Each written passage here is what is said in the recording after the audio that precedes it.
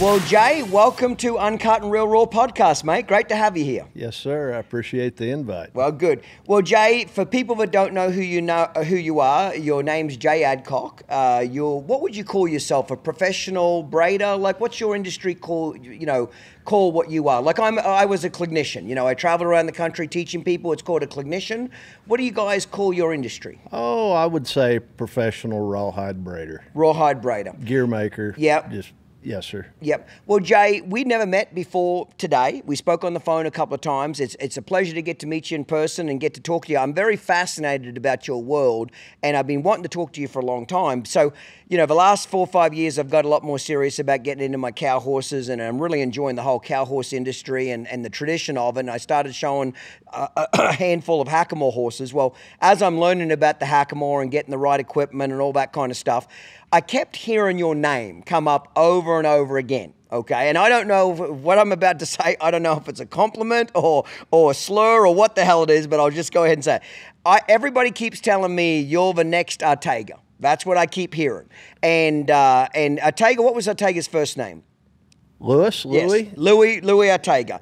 Was he like the grandfather of your industry? Because everybody says he was the master, and I keep hearing your name associated with his. Is that a compliment in your opinion? Oh, it is a compliment. But Ortega was, of course, West Coast, yep, California, and he was amongst the last of the old vaquero braiders, yes, old-time braiders. But he was the first one to take it from the point of functionality to art.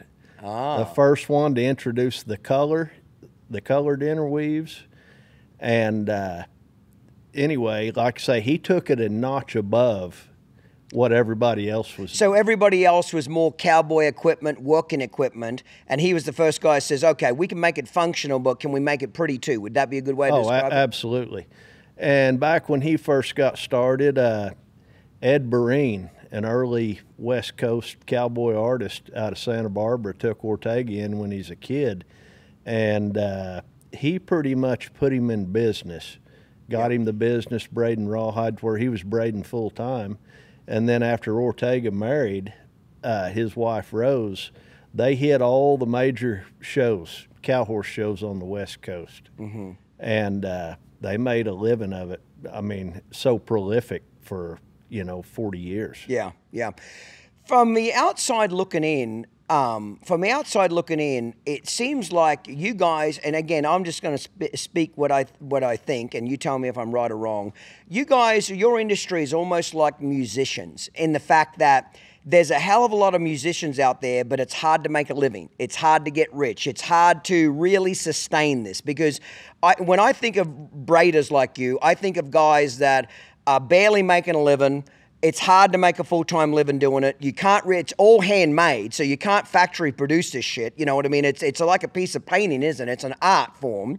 You've got to personally paint it. And when I see stuff selling for, $800,000, $1,200, I'm thinking, how do people make a living doing this? You know what I mean? How hard is it in your world to actually make a full-time living doing this compared to part-time braiders, things like that, cowboys that just do it on the weekends, shit like that? It would be very tough, man, because I've been so fortunate that, I've been doing it for 41 years now. As a full-time living? No, not as a full-time living, just when I started as a teenager messing with rawhide. And it would be so tough, for somebody right now to say, I'm going to go learn how to braid rawhide and make a living of it. So it's a lot of like musicians. There's a lot of musicians in their 40s and 50s that love playing music, love doing bands and gigs. They're not making a living from it. They're making a little beer drinking money on the weekend, but they just love the passion for it. Is that similar to your industry? Guys love the passion of your art? Oh, yes, sir. Yes, sir. And like I say, I've been doing it long enough, and I've got enough of a customer base, and, I'll explain later how I got into all that. But I've just been fortunate enough to work my butt off and have enough gear out there and always try to make it the best. And it takes a while to build up a reputation. Yes, it does. Yeah, absolutely it does. For sure. Well, let's back up a little bit. So, Jay, if you don't mind me asking, mate, how old are you? I am 55. 55, I'm 49. Jay, tell us where were you born? Where you raised, mate? I grew up in a small town north of Bartles, north of Tulsa, between Bartlesville and Tulsa, Oklahoma. Okay. Of course, 1969, and I was fortunate enough to be born into a big family, all cattlemen, cowboys. So you come from a ranching background? Oh, yes, sir. Okay. Yes, sir. Just cattle, horses too? Horses, cattle, or just mainly cattle? Cattle. Yep. Horses are tools. Yes, they're pieces of equipment to help get around the range. There was no breeding showing. Yep. We just used them. But I grew up right there, and my mother. So how many siblings do you have, mate? I've got a little brother and a little sister. Okay, so just the three of you. But my mother was, or is, one of 12 children.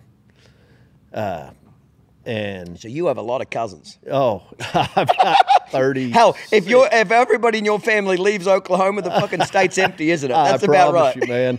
I've got 36 on one side. That's incredible. And now the Adcocks, there should be a spray for them, right? Yeah, that's funny. That's some funny shit. But my mother had me when she was 18 years old. Yep. Unmarried, and I spent a big part of my childhood with my grandparents right there. Okay, you're raised mainly by your grandparents, right. Yep. My grandfather, he ran about a 600 cow deal right there, and primarily on the place where all his kids grew up, and a lot of the older grandkids, you know, right there. And he did a lot of leather work. He got to making belts. Well, to back up, he started doing leather work. I think he already had 9 kids, and this is your granddad? My grandfather, yep. Elwood Adcock, contracted tuberculosis. Man. And they put him in a sanitarium in Clinton, Oklahoma. I wish I could tell you what year it was. Been back in the 50s. And he was in there for a couple of years before they realized that he had bovine tuberculosis. He had contracted tuberculosis from a cow. Okay. From mouthing cows. Okay.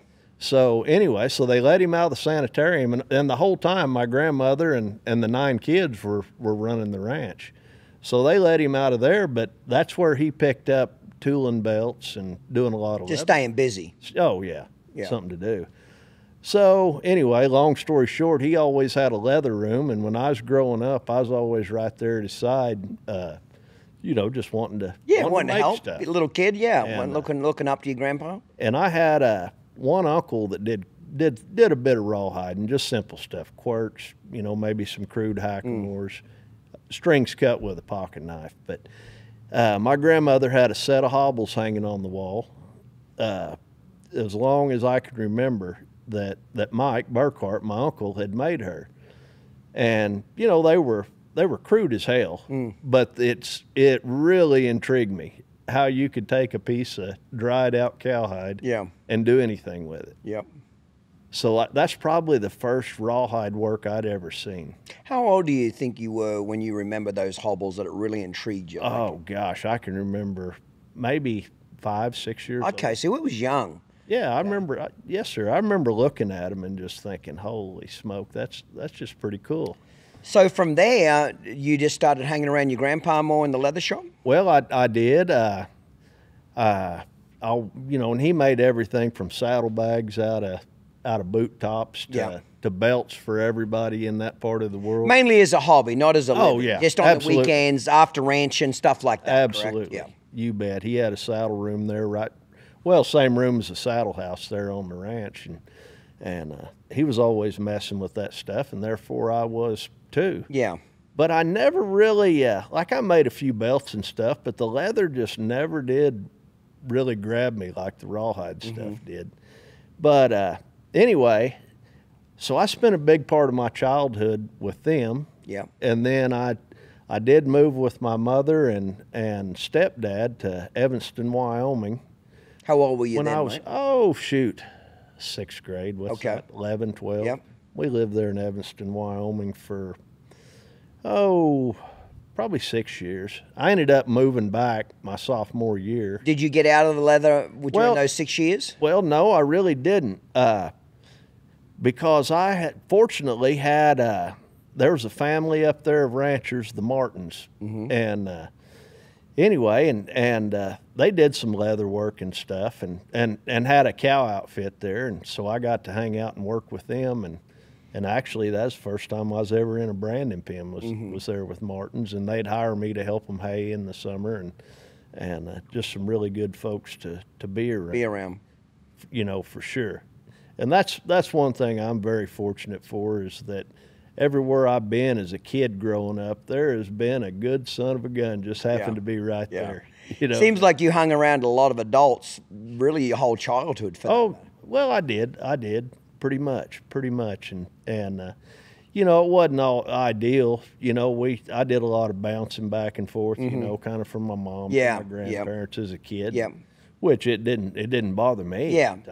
You know, at all. You know, every trainer's looking for an edge on their competition. You know, whether it's a better horse, better way to train it. But really, in reality, all the trainers have got access to great horses. All the trainers are doing a lot of the same techniques.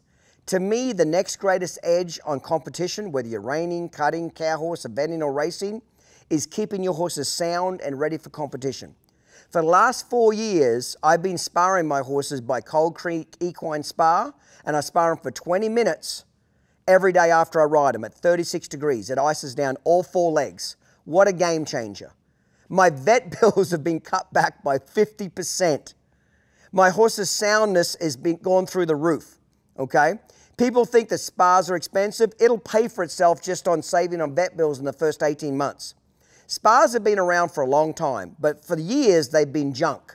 They have broken more than they actually work. You needed to be like a plumbing engineer to make the some bitches work. Cold Creek Equine are using the latest technology, industrial strength machines that are basically maintenance free.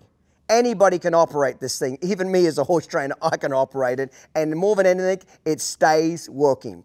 Go to their website, check them out. It's a game changer. In the next 10 years, if you're a professional horse trainer, if you don't have a spa, you will be left behind on your equine soundness. Do you think you were a little bit of an old soul as a kid, that you were drawn to older people and their knowledge? Or because I was, like, I've always liked older people. I don't know why. I had very few friends as a kid my age. I was always drawn to older people, especially if we're in the horse industry, because I was a horse crazy kid. So I love being around people that knew more than me, which is pretty much everybody. You know what I mean? So absolutely. I love being around older people. Still to this day, I love hearing their stories. I love hearing how things used to be. You get what I'm saying? I have very few friends really my age, you know, my whole life. Oh, absolutely. I know what you mean. Most of my close friends are 25 years older than me, which is a little bit sad now at 49, because a lot of them are starting to pass on now. Does that make sense? That's what I'm feeling. Yeah, that's a little bit sad right now. A lot of my close friends and people I've grown up with are passing on, but I'm noticing I'm getting a lot of younger people now, 20 years younger than me, so I'm kind of replacing that a little bit, you know? Oh, right. Yeah. Yeah, sure. So you still got to do some leather stuff in Wyoming then? Oh, yeah. Yep. Yeah, we messed with rawhide and leather just a little bit, but I ended up moving back to Oklahoma from Wyoming, living with my grandparents. But my mother did make it possible for me. And let me back up a little bit. Let's go back to the Kurt Marcus days of the Western Horseman, which he did a lot of articles on big outfits, you know, all across the West. And he had done a story on a gentleman named Frank Hansen out of Lakeview, Oregon, rawhide braider. And he made a tool for cutting rawhide string and so forth. So I was 15 years old, and you read this article? Oh yeah, I read this article that Kurt Marcus had written about Frank Hansen. Well, I just called Frank Hansen, started asking him about rawhide, and I wanted to, you know, save up enough money to buy one of these tools, and he said, well, you bet. He said, you just need to come up here for a week. That's awesome. Like I say, I was 15 years old, and said, holy smoke, I'd love to. Yeah. And anyway, my mother made it possible for that to happen. And so I went up and spent a week with Frank when I was 15. So that was your first exposure to a true rawhide braider? Yes, sir. Okay. And I apologize for some of these questions because I am ignorant about your world, okay? But there is a distinctive difference between a rawhide braider and a leather braider. Exactly. I don't mean to be ignorant, but I am, okay? So explain to me, please, the difference between what you'd call a specialized leather braider and rawhide, and what's the difference? Is there a difference in technique, different in style, different equipment? Tell me what separates everybody. Well, the leather is so much easier. You know, if you that hackamore down there's got a leather nose button heel knot on it. It's pretty easy to work with. Of course, that's kangaroo leather, and it's been tanned. Mm-hmm. The rawhide has not gone through a tanning process. You can take an old cowhide, fresh cowhide, nail it to the wall, let it dry, and you've got rawhide. Okay. You know, it's hard as a rock. So it's harder to use and work with. Oh, absolutely. Because the main thing, then you have to dehair the hide, in which I learned when I first started from Frank Hansen, scrape all the hair off. You've got a dry hide, you scrape it off. And then you scrape the hair off. Then you have to soak the hide and cut it into string. But Frank was the first one I was around that didn't cut strings with just a pocket knife. Okay. You know, the guys that I learned from, Mike Burkhardt and Charlie Chambers, an old gentleman there at home that made 1,000 quirts, well, they would just cut a hide down the middle and just cut strings out of it, scrape the hair off of them, and braid a quirt out of it. Yep. Well, but they were by no means perfectionists. Yes. You know, they're cutting Attention to strings with a detail. pocket knife. Yeah. So Frank was the first one I was around that really showed me how to cut a hide up, you know, say to braid these riettas. So what tool did he design that was kind of revolutionary in your industry? What did he design? You said he invented a tool to cut strings. What is it, or what was it, or what made it so special? Oh, it's about 1.5 inch metal cylinder, hydraulic cylinder that's cut where you can put blades in it, and then one blade at a 45 to bevel your edges on the string, and then it had a splitter. Okay. Which you have to even all those strings down, even thickness. Well, Frank, he put that out there, and Kurt Marcus, you know, wrote that article about it, and he was off and running making those things. Okay. You know, for sure. There was that much of a demand for selling that tool. Oh yeah. Okay, so it was a game changer, is what you're telling Right. me. Okay. Right. It really was. It was the first one that I'd really seen, and I still use the one he made me. And You're shitting me. No, I How still old do. is it now? Oh, It'd have to be 40 years old. Yeah, right? it's pushing 40 years old. And still in great shape, still Oh, working? yeah. I've replaced, you know, a few guides and stuff. Yes. Got some new metal to put on it, but same one. That's awesome. Same one. Yeah, That's awesome. Why do you think nobody before him invented something like that? Nobody cared enough? Nobody was visionary you know, like he there was? And it's kind of a funny story, and I'll tell it since we're talking. Yeah, about we're just bullshitting. We've having a cup mentioned of coffee. Ortega, and we've Yeah. mentioned Frank Hansen. Yeah. Well, Ortega was old compared to Frank then, but he had been at it for a long time, and Frank hadn't been braiding maybe 15, 20 years. Where was Frank from, mate? Lakeview, Oregon. Oregon, okay, right. You know, and Ortega was down at Paradise, California. Yeah. Well, Frank makes one of these string cutters, and he's super proud of it, and he sends it to. He had met Ortega, somewhat knew him. So I was just going to ask, were they rivals, or did they get along well? No. Ortega was a lifelong. That was his livelihood, was rawhide. So it was not Frank. Frank was retired from driving a logging truck. Okay, righto. So anyway, Frank Hansen sends one of his string cutters to Ortega. He's super proud of it. Yeah. Well, about 3 weeks later, he gets it back in the mail. And Ortega sent him a little hammer handle with notches cut out of it and a little pocket knife. And he said, you got a nice string cutter, man, but you might try my method. I've been doing it for 70-some years.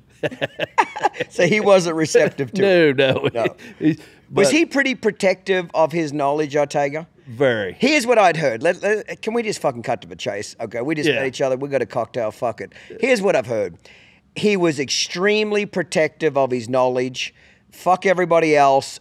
I had to learn it the hard way. That old generation of cowboy was very protective. They didn't share. Like in today's horsemanship world, it's the complete opposite. All the cow horse trainers, we all share information. That's kind of the culture. Sharing, what are you doing? What can I do? How can we help each other? But apparently that wasn't the culture 50, 60, 70 years ago. It was very much secretive. You had to be in the good old boys club. You know, when you paid your dues for enough years, you might got into somebody's barn type of a deal. So I always heard he was extremely protective of his trade secrets, didn't want to show them to anybody, etc. Is that really the truth? That's what I've heard. That is the truth. Okay. And I've heard, a lot, just like the old vaquero horsemanship. Yeah. The horse training back then was about the same way. Mm-hmm. But Yes, that was the truth. He didn't tell many people, Yeah. what he was doing or why he was doing it or how he did any of that stuff. Mm-hmm. And I know a lot of guys that knew him personally, and they'd walk in his shop and he might throw a towel or something over what he's doing. Let me ask you something. What was he doing that was so secretive? Was it really anything worth a shit? Like when I say that, what I'm saying is, was it just in his mind it was top secret, or was it really that far ahead of everybody else that it really was that secretive? I really don't know. That's because I can, look at his work and see what he did. But Yeah. the biggest secret of all that I hadn't been able to figure out is how he de-haired his hides, how he made his rawhide. He wouldn't tell. Him and Ed Breen, the artist that got him started, they came up with this. So he didn't feel it was up to him to be sharing what him and Ed's solution was. Did he not train an apprentice under him? Did he not train a mentor? Did he never mentor anybody? And he said that in his vaquero world that he grew up in, all this knowledge was passed down from father to son. Well, he never had any kids, so. Interesting. So do you think over the years there would have been young guys or girls that wanted to apprentice under him or wanted to learn that art or craft, learn that trade? And I think that I've heard of a few people that he's helped a little bit, but he never told anybody everything. Yeah. And it's kind of a funny story that there was an old rawhider and a bit maker. You might have heard of his bits. Chuck Irwin was out in California. Yep. Good cowboy, super good man. I'm proud to have known him. Yep. But he asked Ortega at a horse show one time, which Chuck made some hackamores too. Pretty good rawhide braider. But he was braiding his hackamore bodies, and they were coming up with gaps in between them. And he asked Ortega at Reno at the snaffle bit or something, said, what about this? I keep ending up with gaps between my strings. And Ortega just looked at him and said, don't you have an anvil? And Chuck said he spent 2 or 3 years trying to beat the damn strings down. Then he said it finally clicked. He was talking about hanging an anvil from it as it dried. So he wouldn't give you shit. He wouldn't tell you anything. You got to read between the lines. That's funny. You bet. But, okay, so let's back up a little bit. So you finish high school, Jay? Yes, sir. Okay, and where are you? Where'd you finish high school at? Oklahoma, or where were you? I finished high school here in Oklahoma. Okay, so you came back home. Oh, yes, sir. And then, I couldn't wait to go somewhere. Yeah. And I worked for my uncle, Mike Burkhart, and another ranch or two right around there right out of high school, running a bunch of yearlings. Mm-hmm. And I had the opportunity I had a friend working out in California, and he called me, and he's working in a feedlot there at Harris Feeders in Kalinga, California. And he calls me and said, hey, I got a job here for you. He was leadoff man out there. I got a cowboy job here for you if you want to come to California. Of course, I was 18. I was, shoot. You're ready for an adventure. California. Yeah. Oh, you bet. And of course, hell, I'm making, $600 a month. And they're paying $1,500 a month to a single cowboy in California. You think you're rich? Yeah, I'm going to get rich quick. Yeah, I love it. Little did I know what it costs to live in California. Exactly. Yes, that's true. So anyway, I ran out there and went to work there for Harris Feeders out of high school, and boy, that was a big time. I was a long ways from home, and you had to grow up quick. Oh yeah, absolutely. And I look back on it now that it was a benefit to me at that age to get around people that, good folks, don't get me wrong, but you're kind of out there where you're damn sure not being babysat. Oh, you're an adult world, yes. Oh, absolutely. I left high school at 15, and I went from, being a 15-year-old kid talking shit at high school to basically hanging around 65-year-old men and women. You had to learn to grow up real quick. Oh, yes. You know what I mean? And it was good for me, but it was an adjustment. Yes, very much so. I can relate to that. You had to learn to grow. Nobody's going to baby you. Your mother's not there. Nobody gives a shit if you make it or don't. Yes. Oh, you bet. And it kind of took me a while to realize that. And then you get around some younger kids like today, and that might be 20 years old, and I'm thinking, son, you are so lost. You've never been anywhere where they don't care if you're alive or not. That's a damn good point. Oh, shoot, yeah. Yes. So, but anyway, I'm out there working in the feed yard, having a big time, but it's there's a lot of monotony. I mean, that's 120,000 head yard. And so you're feeding cattle, doctoring cattle? Horse on the crew there. You're horseback all day, every day. Okay, and again, I don't mean to be ignorant. I've never worked on an operation like this. When you say on horseback, you're just moving cattle all day, moving them into the sale barn. What are you doing on horseback? Well, like that yard, they had, like I say, it's 120,000 head yard, and they'll ship fat cattle. We'd start at 5 o'clock every morning. You leave the barn at 5 o'clock, be at the scales, and they'll go. We might have 20 loads of fat cattle to ship, and that whole yard covered a whole section, but it was all lit. It was lit up just like the neighborhood. So we're out there trotting from one pen to the other, just bringing cattle up. Yeah, they might need 2 loads out of one pen on such a pen number on the west side of the yard, and then they might need 3 loads on the east side. You're trotting a bunch. And like I say, we might ship 20 loads of cattle before daylight. Yeah. You get that done, and then you just they had like 3 different crews, and each crew was responsible for a certain part of the yard, and we'd go to riding pens, just riding through cattle. Checking for sickness? Yes, checking for sickness. And whose horses were you riding? They had some that the feed yard owned, but I was riding a few outside horses there, which okay. To back up, the whole time I was growing up, well, by the time I was, maybe 14, I went to starting colts, just as Who was your mentor in the horse part of it? You got your mentors in the rawhide and that. Did you have any mentors in the horsemanship part of it, Joe? Oh, at that point, it was mainly just family. Yeah. All my family, uncles and cousins, and they all did something with horses. And all started colts, or knew how to. I say knew how to because the way I grew up, it was really very little teaching. The only thing I remember hearing a lot of is don't pull on them. Mm-hmm. Just turn them loose and go. Yeah, yeah. And that's kind of the way it was. Yeah, it was sink or swim, take off. Yeah. Don't fight them. Yeah, yeah. And just let them do their thing, which, and that kind of goes back to the horsemanship in the area where I grew up, and I'm sure it wasn't just my area, but they rode a lot of good cow horses, and a lot of horses that you could go pin anything on.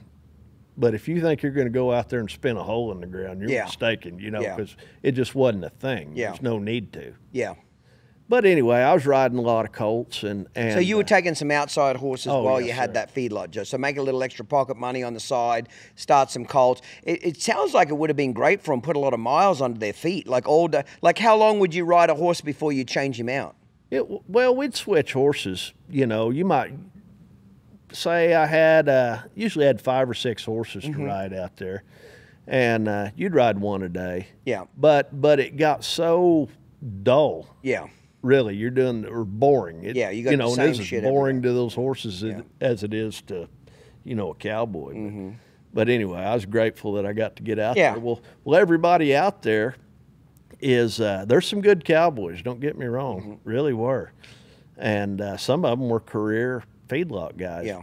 But about 75% of the guys there were waiting for branding season to come around. Mm-hmm. Of course, I went out there in the fall, spent the winter, and so they, listen, those guys like, boy, you need to go to, on one of these other big outfits. At that time, there were several big cow outfits right in that area, but they were hard to get a job on right there in California. They didn't hire just anybody. You almost had to inherit a job. Yeah. Like the old Tajon Ranch and Santa Medio, and there were some big good ones, but you didn't just drive up and get a job. But anyway, I was working with some guys that had been up in Oregon, up at the ZX Ranch, and they said, well, shoot, you need to go up there. If you want to punch cows, be a cowboy, that's the place to be. So at this age, you're just wanting to be a professional cowboy. That's what your dream is. You're living the dream. Absolutely. I love it, yeah. Hitting the sagebrush. Yeah. That's all I cared about, seriously. I mean, money it just wasn't a thing. At that age, you don't think about money. You think about what's fun. Uh-huh.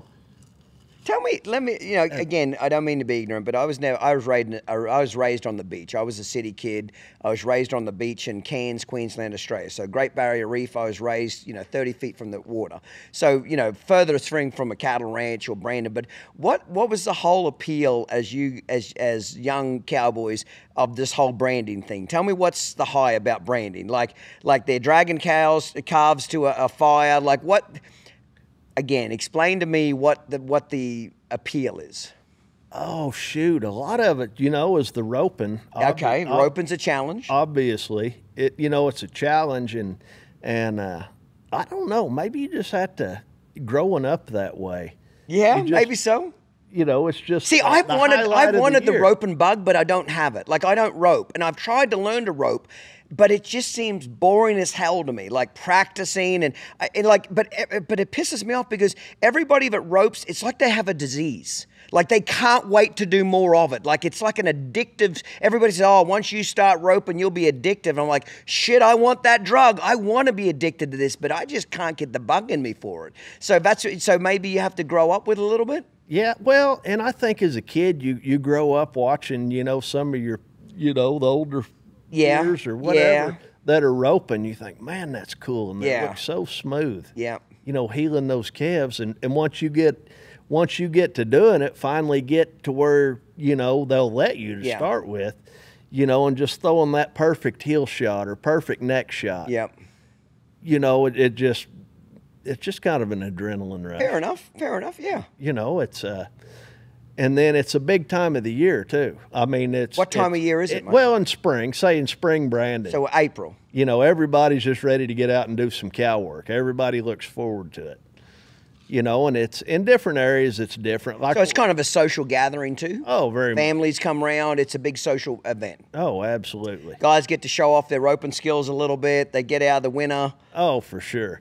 And it wasn't so much that way where I grew up. A lot of it, of course, it was always fun, but we were always in such a hurry. Yeah. Because come springtime around here, you got to get done before it gets hot. Yeah.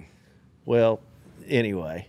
But before I left California, and I was braiding out there too. I mean, I was just going to ask about that. All through the feedlot years and all that stuff. Are you quit braiding, or you doing it on the weekend? No, what do you do? I was messing with it all the time, and you took your tools with you, whatever you needed. Oh yeah. Yes, sir. A few hackamores, quirts, just reins. Mm-hmm.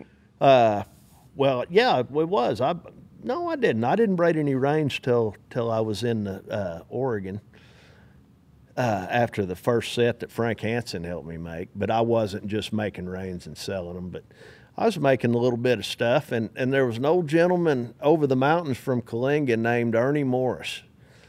He's one of the last old vaqueros out there. Was a artist, rawhide braider, horsehair rope twister, and I went over and would visit with Ernie periodically. How'd you find out about him? Well, I'd heard of him.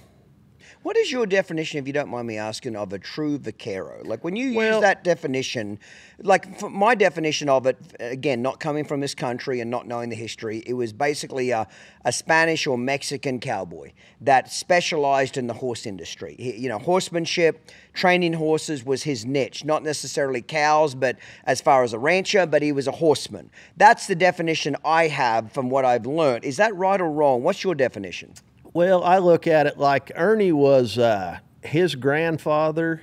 I think his dad passed away when he was young, but his grandfather and his uncle, he had a couple uncles, they were lifelong cowboys in the Central Coast area of California. Mm-hmm. Rawhide braiders, you name it. As cowboys they can get. Yep. And of course, as the turn of the century and everything goes to changing, and then Ernie was, as a kid, he made a living horseback and braiding, and more or less became an artist, as the cities and everything took over. But I say one of the last. That's just how I feel about it. Fair enough. So do you think a vaquero is not just a horseman? He's a horseman and potentially a braider as well? Oh, I would say so. I would say so. But, you don't have to be a braider. And, and there were a lot of vaqueros that weren't good horsemen. Yeah. Yeah. Everybody would like to think that's not true, but it is. I agree with that. It's no different than it is now. Yeah, that's true. That's exactly right. Not every horseman's a trainer, and not every trainer's a horseman. Oh, absolutely. But I was, you know, and Ernie Morris, he was kind of a legend, and I was just. What was his name again? Ernie Morris, okay. Ernest Morris. Where was he from? Templeton, California, down by Paso Robles. Mm-hmm. But I had the opportunity, and he was one of those old guys that had a studio and a log cabin rawhide shop, and just super neat people, him and his wife. And anyway, I was lucky enough to get to know him a bit. And how old are you by this stage, Joe? Oh, I was 18, 19. Okay. Well, I wasn't. Yeah, I was probably 19 after I'd gone to California. But anyway, I'd spent a winter there in the feed yard, and it's kind of a funny story. I was working with a fella there named Randy Bennett, who had spent a few years on the ZX Ranch there in Oregon. He was telling me, "Here, you got to go up there, you know, and here's your phone number. Just call him." And so I called up there, and it was, and he'll appreciate this now, but I called a fella named Wade Cooper that's still at the ZX, been there 40-some years now. But Wade was originally from Wyoming, Montana, grew up on the Padlock Ranch. And so I call him up, you know, 19-year-old kid. But these big outfits, they have kids calling them all the time. Yeah. But, you know, I said, yes, sir. You know, I told him who I was, and I'm looking for a job. He said, what part of Texas are you from?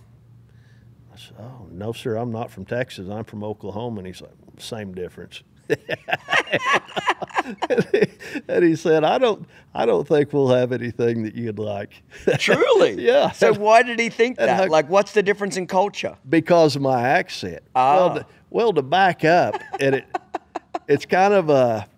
That's funny. You know, which it kind of relates to the buckaroo cowboy kind of thing. But I guess...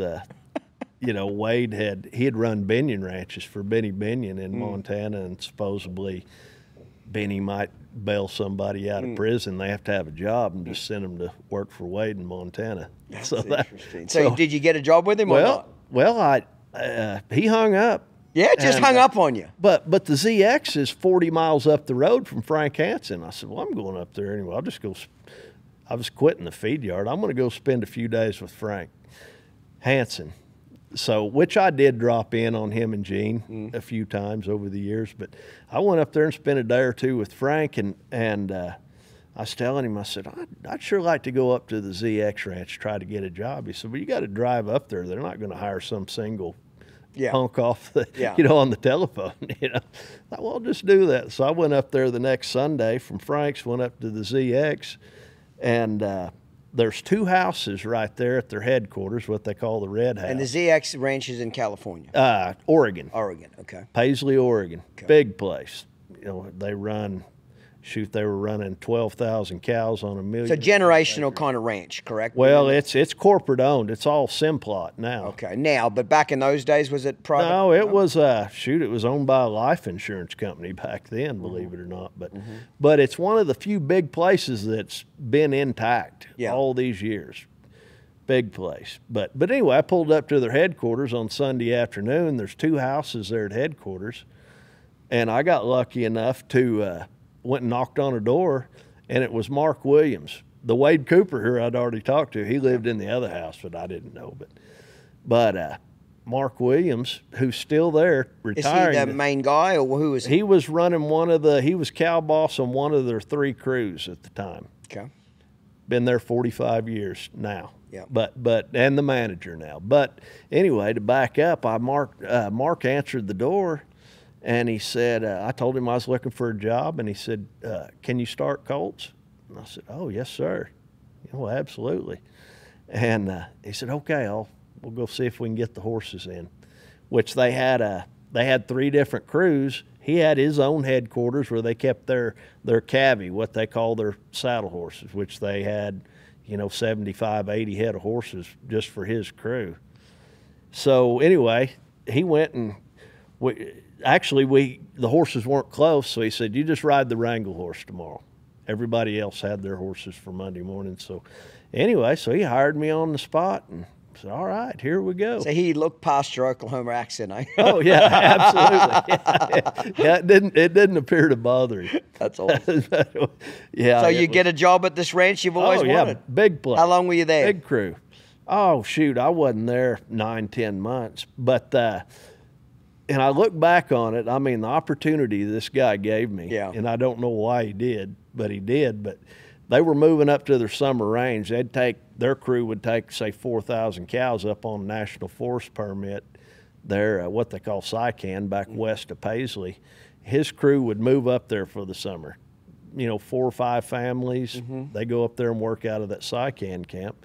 So we got all situated up there, and he says, I've probably been there 2 weeks, and he said, okay, Jay, take the truck and trailer and go back down to headquarters, down to Wade's, and pick us up some 2-year-olds.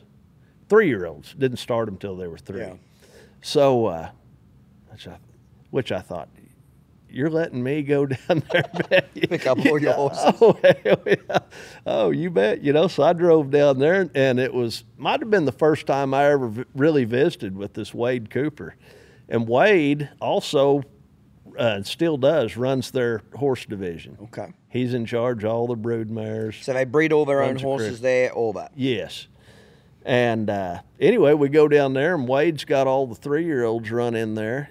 And I can't remember if they were halter broke or not. I don't think they were. Most of them are. I think they had. I think that they'd been roped and castrated. They'd been worked and branded, but they weren't halter. If it's anything like Australia, like when I left high school at 15, and when I went to work for Gordon McKinley, all we did is start colts for ranches. You know what I mean? They were the difficult horses, believe it or not, because in Australia, traditionally, those big ranches in Australia, they don't start them till they're 5 or 6. They want them big, stout, and strong. Oh, yeah. You know what I mean? Big horses. Well, they're all wild, Jay. Not only are they wild, the only handling they've had is they've been roped, choked down, castrated with no anesthetic, let up, rope pulled off them, slap them on the ass, and they run away. So the only contact they've had from humans is they got their balls cut off, they got branded with a hot fire, and let go. So when you got these things in, they were wild son of a bitches. Like they'd drop them off in cattle trucks. So they'd jump them off a truck into a stockyard, or they'd come down to shoot like cattle. They were like wild deer. Oh, yeah. They were difficult to get around because they were actually harder, in my opinion, Jay, than like a true Mustang, like in Australia they call them a Brumby, but a true wild horse. It's never had human contact. So in some ways it's good because they've got no bad experience. But let's face it, if you're a horse and the only time you're around humans, you got your balls cut off, you were choked down, it ain't a good experience, you know what I mean? Exactly. So when they see you, they're pretty snorty. So I'd get 5 or 6 of them at a time. And how I got them quiet quickly is I'd put 5 or 6 colts in a 50-foot round pen at like 6 o'clock in the morning, because usually a rancher would drop off, in Australia they call a rancher a grazier. That's the name in Australia, grazier.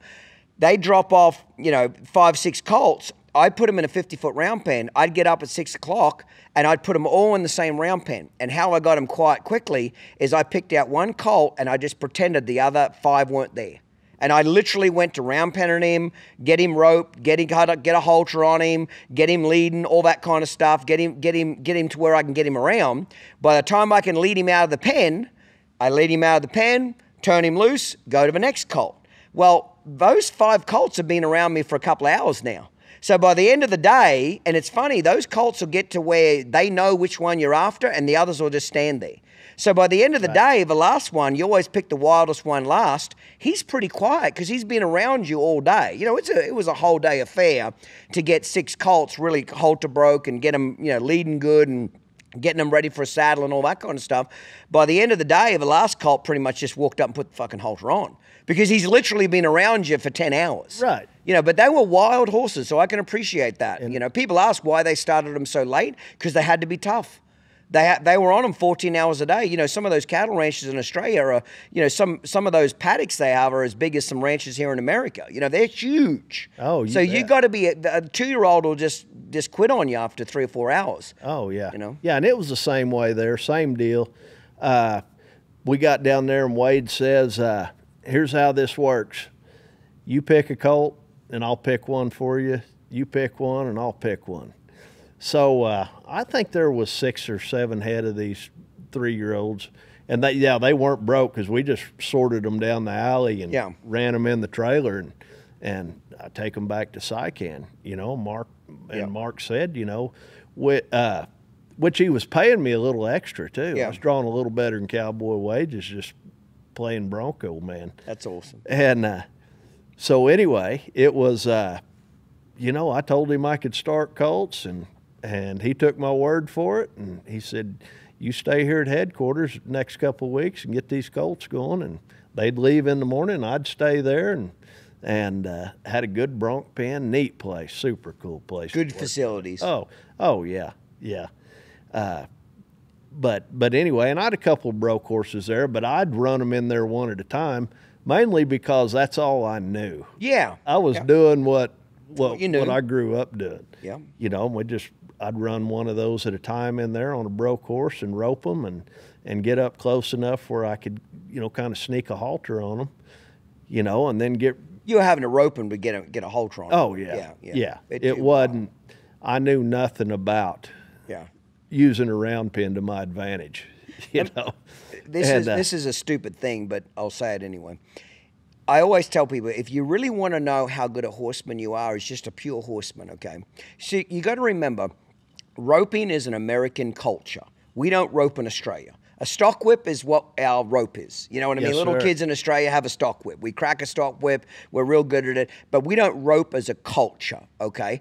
I don't really know why, if you ask me the truth. If I had to guess, we don't rope as a culture because a lot of the ranchers, we don't doctor cattle in Australia the way you do here in America. I don't know why. I don't know if we don't have the disease you have here, or whether the ranches are so damn big in Australia that they either fucking live or they die. You get what I'm trying to say? Like, I never grew up around, like when I left high school, I was around a lot of ranches, and I don't remember them doctoring at all. When I came to America, that was a big deal, doctoring cattle, sick cattle, etc. Doctor them in the pasture, roping them. We just don't rope. Obviously, we don't have a horn on an Australian stock saddle, you know what I mean? But roping wasn't a big deal. If I had to guess, the paddocks are so big, these ranches are so big, they might gather them up once a year.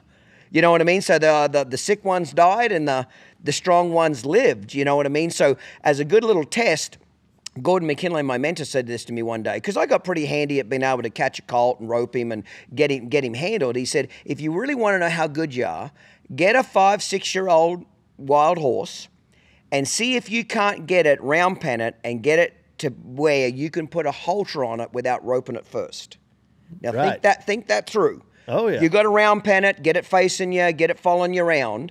But to get an actual halter on it without a rope, that's quite a bit harder than what you might think, because you only got to get that halter up around his face one time and scare him and him piss off, and you got no rope to choke him down a little bit and give 2 eyes. You got to really get inside a horse's head if you're going to get a wild Mustang and within 3 hours get a halter on it without roping it first. That takes a lot of feel and timing. And when he told me, I got it done, but it's not easy.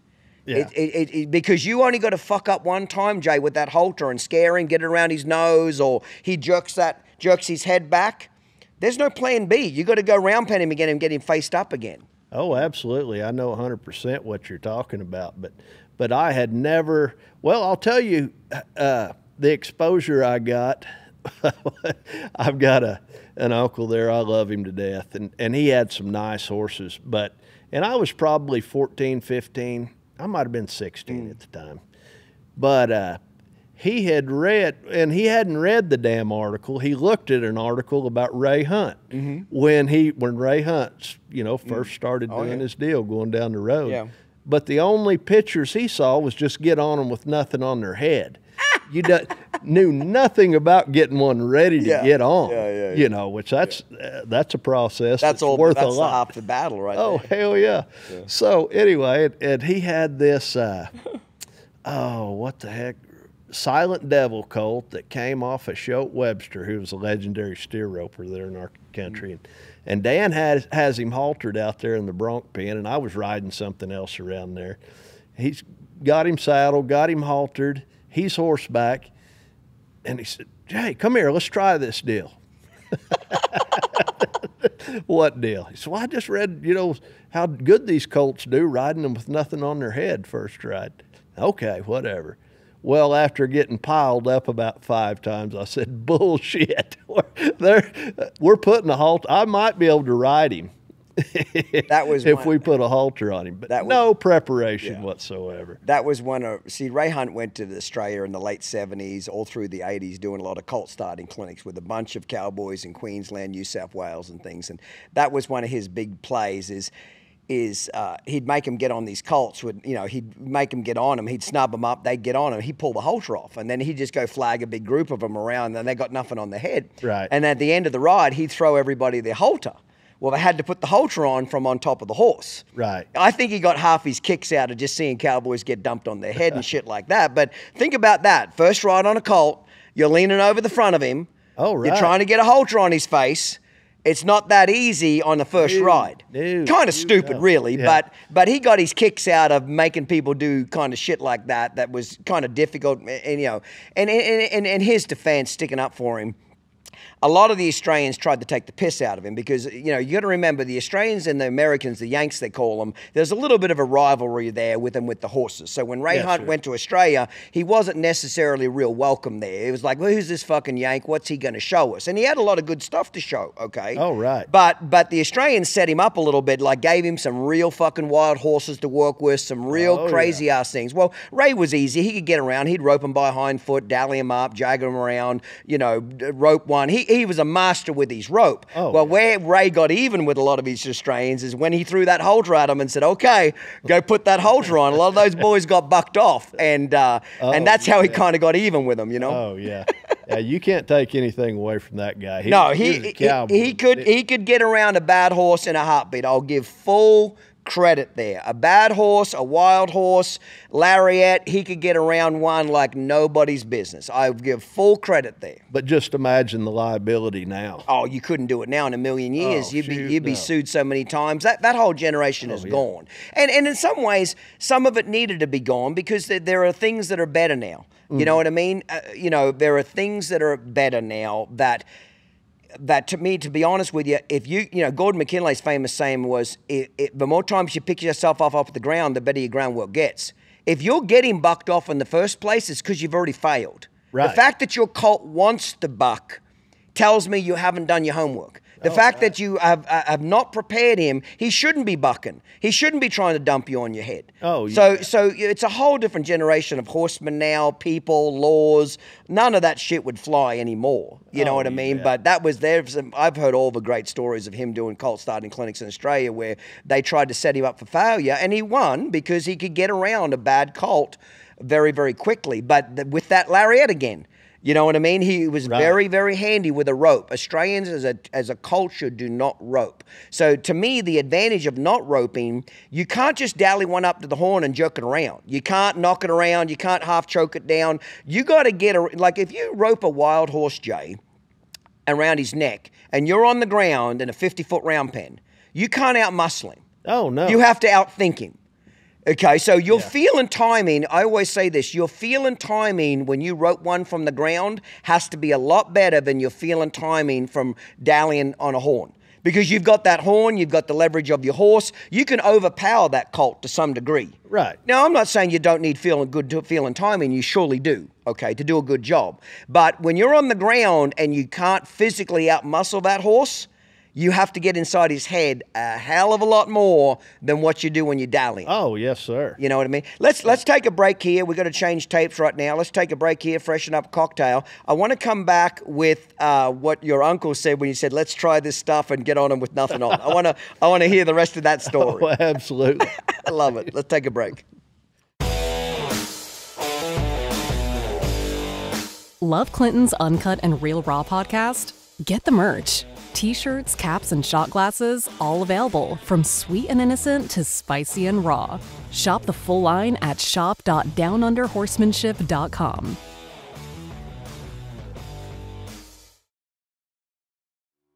How do you know what it takes to become successful? Talk to someone who's done it. Clinton Anderson became a multi-millionaire by leveraging his passion for horse training into a global brand and media empire. Starting with nothing but the change in his pocket and the will to succeed. In doing so, he revolutionized an industry and became a celebrity. Now, you can put his experience and advice to work for your business. With Clinton Anderson's business consultancy, you can tap into Clinton's unique perspective, hear his straight talk, and get his no-nonsense advice. Just imagine yourself armed with Clinton's hard-earned knowledge and entrepreneurial spirit. So whether you own a ranch or any sort of business at all, we invite you to discover the transformative power of Clinton Anderson's leadership and innovation in your business. Call 1-888-287-7432 to take your business to the next level today.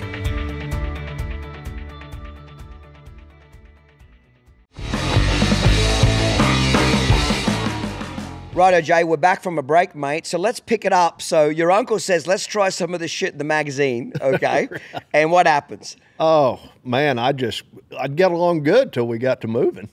So you get on it with a halter on. Does he snub it up to another horse? How do you get on it? No, God, he'd have the horse snubbed up. To another horse. You know, and he's on a broke horse. Right. He snubs it on up to the horn. You get on. So I can get on him at the shoulder. Yeah.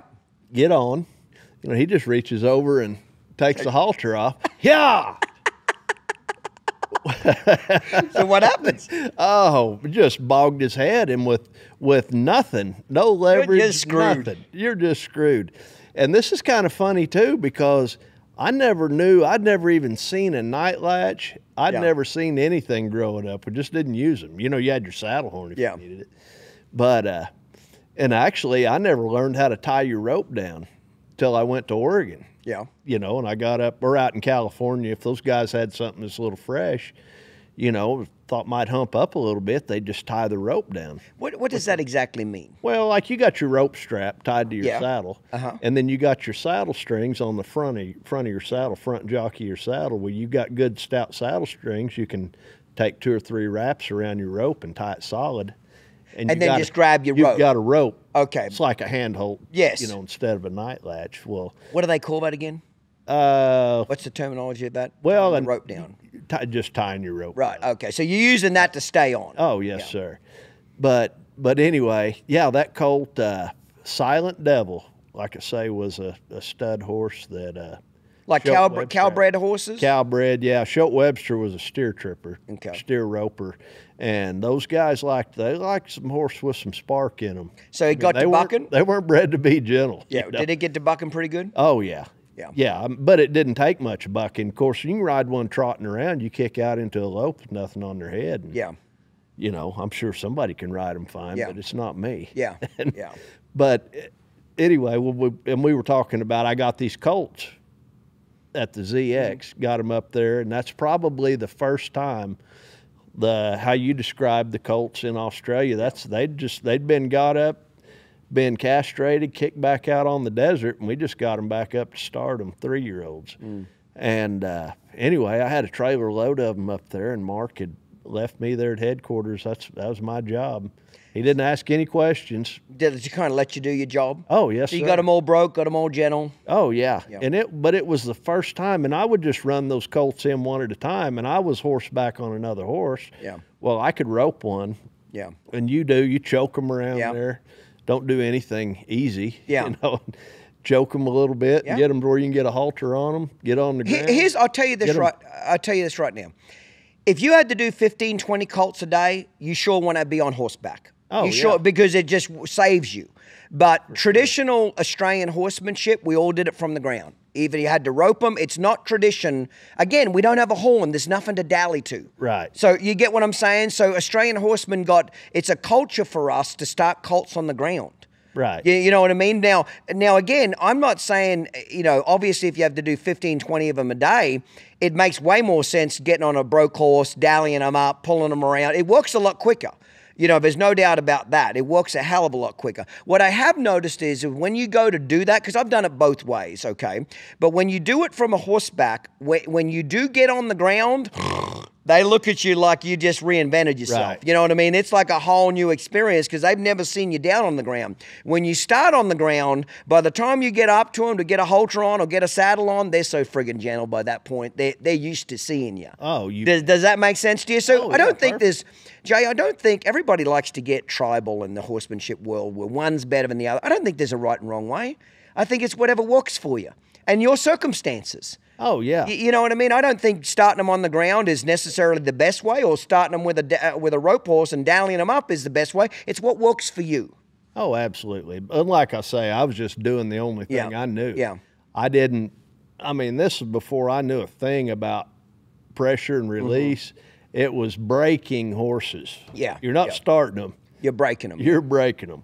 But, and I'd get them caught, get them haltered, and then didn't wool them around much. There, didn't worry about sacking them out much till you could wool around there and just get your hobbles on them, get a back foot tied up, and then sack. So you're collar roping, what we call in a straight collar. You're getting a rope around the neck, tying up a back leg. Oh, yes, yeah, sir. we call that collar roping. So you get front hobbles on them too? Oh, yeah, get the front hobbles on first, and then get your we back call foot. it a Scotch hobble, or tie that back foot up. Yeah. The offside back foot. Okay. Tie it on this side, tie off.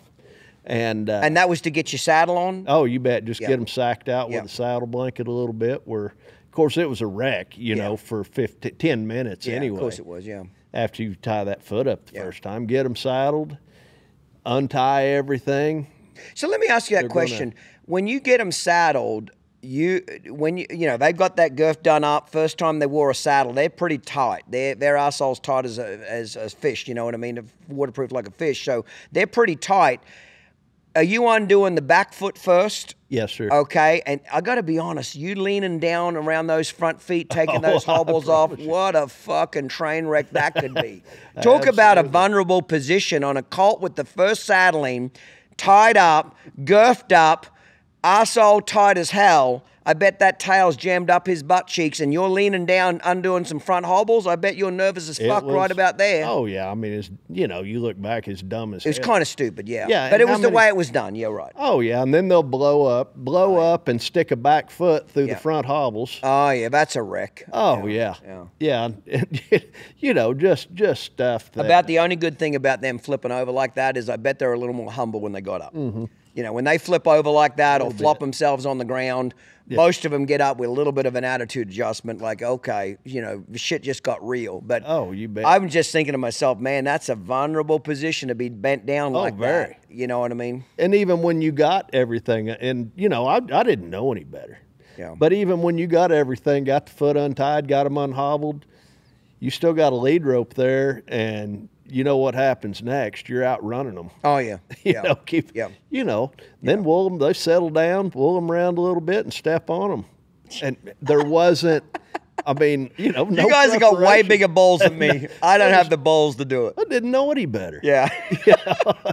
Things have definitely changed a lot. And then, and still yet, if a guy did things right, was good enough hand, a lot of them still wouldn't buck with you. Yeah. Most of them would. Yeah. But, I knew nothing about preparation or anything. Yeah. But anyway, I was still kind of in shock that he had, Mark Williams let turned you dumb loose. kid, start these colts. And but we got her done. Well, good for you. Good for you. It's a damn good learning experience. So let's move on from there. How long did you stay at that ranch? About 9-10 months, you said. Yeah, I was there about 9-10 months. And did you get the experience you were hoping for? This is a childhood dream to work at a ranch like this, correct? Oh, yeah. And I loved it. And good people. Yeah. Good place. Good horses. Yeah. And but anyway, I got to wondering, what was over the hill. And so I went back, I quit, and I was going to go to Nevada or go to another place somewhere. Wasn't sure where, but I went back to Frank Hansen, spent a day or two messing around with some rawhide, and then went by the MC Ranch, which you've heard of Bill Black. Yes. Makes the hacking horse. That's correct. But anyway, Bill was cow boss there at the MC Ranch at the Where's time. the MC Ranch at? The MC and the ZX were both in Lake County. The MC was straight east of Lake. All in Oregon. And Adele. we're talking Central Oregon, Lower Oregon? Lower, yeah. Okay. Lower Central Oregon. Okay. But I went by there. I had a friend working there and just see if they were hiring. And I visited with Bill a little bit, and he said they had a full crew. But he told me, he said, if you want a cowboy, he said, you need to go to Squaw Valley in Nevada, which was down east of Winnemucca, which is actually part of the Ellison ranches. So and this. So did you know Bill was a rawhide braider at that point or not? Yes. You did know? Yeah, and Bill, he braided rawhide. Did you pick his brain at all? Did you talk shop? Yeah, we visited a little bit, but it was just one evening. Okay. And so forth. And yeah, he was an established braider then. Okay. But he said, if you want a cowboy, you need to go to the Squaw Valley Ranch there in Oregon. Bill had worked there previously a couple of times. And so I went down there, and he told me there's, one of the best cowboys in the country, a fellow named Merv Takis that was running the place. So I drove down there, and shoot, I couldn't wait to go the next one, But I went down to Squaw Valley and pulled up there in the afternoon. Nobody was around there, and I waited around till they come riding in, Merv and his crew. Of course, up there, all buckaroos. And this was his cowboy buckaroo outfit. So describe to me in your words what a cowboy buckaroo is. Because from the outside looking in, again, I didn't grow up on ranches, and so I don't have that culture. It seems like different parts of America is completely different culture when it comes to cowboying. Like the guys at Cowboy in Texas are completely different to the guys in Nevada and completely different to the guys in California. Is that right or wrong statement? Oh, yes, sir. Yeah, I'd just be a cowboy in Nevada. But, they're ride single rig saddles at that time. What do you call a single rig saddle? Like you just have your front cinch, and the cinch rigging might be right under their leg. Like you got a full double rig saddle. Okay. You got your D-rings up front. You move them back 3/4. Yep. A lot of those guys are riding center fire. Oh, they are? So no back cinch? Yeah, why no not? Back cinch. Just kind of the old tradition out there. See, that seems weird to me. And they of course, not so much now, but back in the day, they were riding some big Pendix thoroughbred type horses, high withered. And they didn't need a back cinch. So even when they roped and dallied off, wouldn't that pick the back of the saddle up? Not if the rigging's back. Far enough. Yeah, 3/4 rig back. Yeah. But it was just different, Is that where they tuck their boots into their jeans and all that kind of shit? Like it's just different not so styles? much. That's more like Texas. There's a they Texas didn't do a thing. whole lot Okay. of that out there. Okay. But those guys, Silver, those guys out there, and when I went to work there in Nevada, and the ZX was a lot the same. It's kind of buckaroo country, or it is. But there was a lot of Silver. I mean, those guys took a lot of pride in their bits, rawhide reins. This is in Nevada we're talking about. Yeah, and Oregon. And Oregon. That's kind of the same culture there. But in different, where I grew up in Oklahoma or Texas, I mean, those guys would be riding some high dollar rigs and some of the best flower carved saddles you've ever seen, and may not have anything to drive. Yeah. I'm not kidding. Yeah. But anyway, I was getting back to when I pulled into Squaw Valley. Merv come riding in, and I was standing down at their barn, and this was a rundown old place.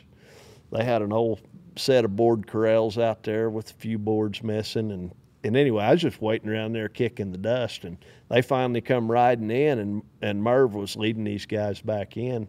There's 5 or 6 of them, horseback. And he said, "Hey, you looking for a job?" And I said, "Yes, sir." And he said, "You're hired."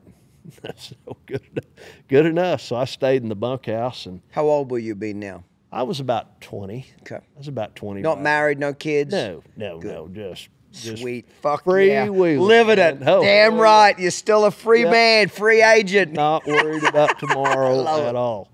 Love it. So the next Best years of your life. Absolutely. Keep going. So the next morning, which everybody ate in the cookhouse at 5 o'clock every morning, cook bell would ring. So we went down there and ate breakfast, and I'd kind of got to know the guys living in the bunkhouse, visiting with them a little bit, and we went and ate breakfast and go across the driveway from the cookhouse to the saddle shed, which, I mean, is just a shed.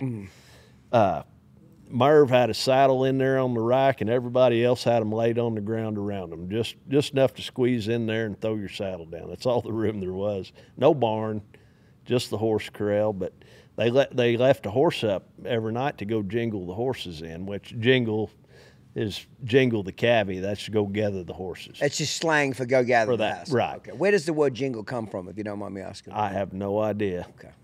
I don't mean to be so ignorant jingle, about your world, but I got to ask these questions. But up there, it's the cavvy. You go to Texas, it's the remuda. Okay. You see what I'm saying? Okay. So different slang in different parts of the country. Right. Too. Yeah. Yeah. There is a little different lingo. So anyway, see, in Australia, they just say, "Go get those motherfuckers." like that's the slang in Australia. The boss says, "Hey, Glenn, go get those motherfuckers." That's code for go get those horses and bring them up. But this Merv Takis, I mean, this is a cowboy outfit, and he was a tough old bird. And anyway, that first morning we go down there, and he says, "Jay, you know, catch the wrangle horse and, you know, go jingle the cavy." And I'm going, where are they?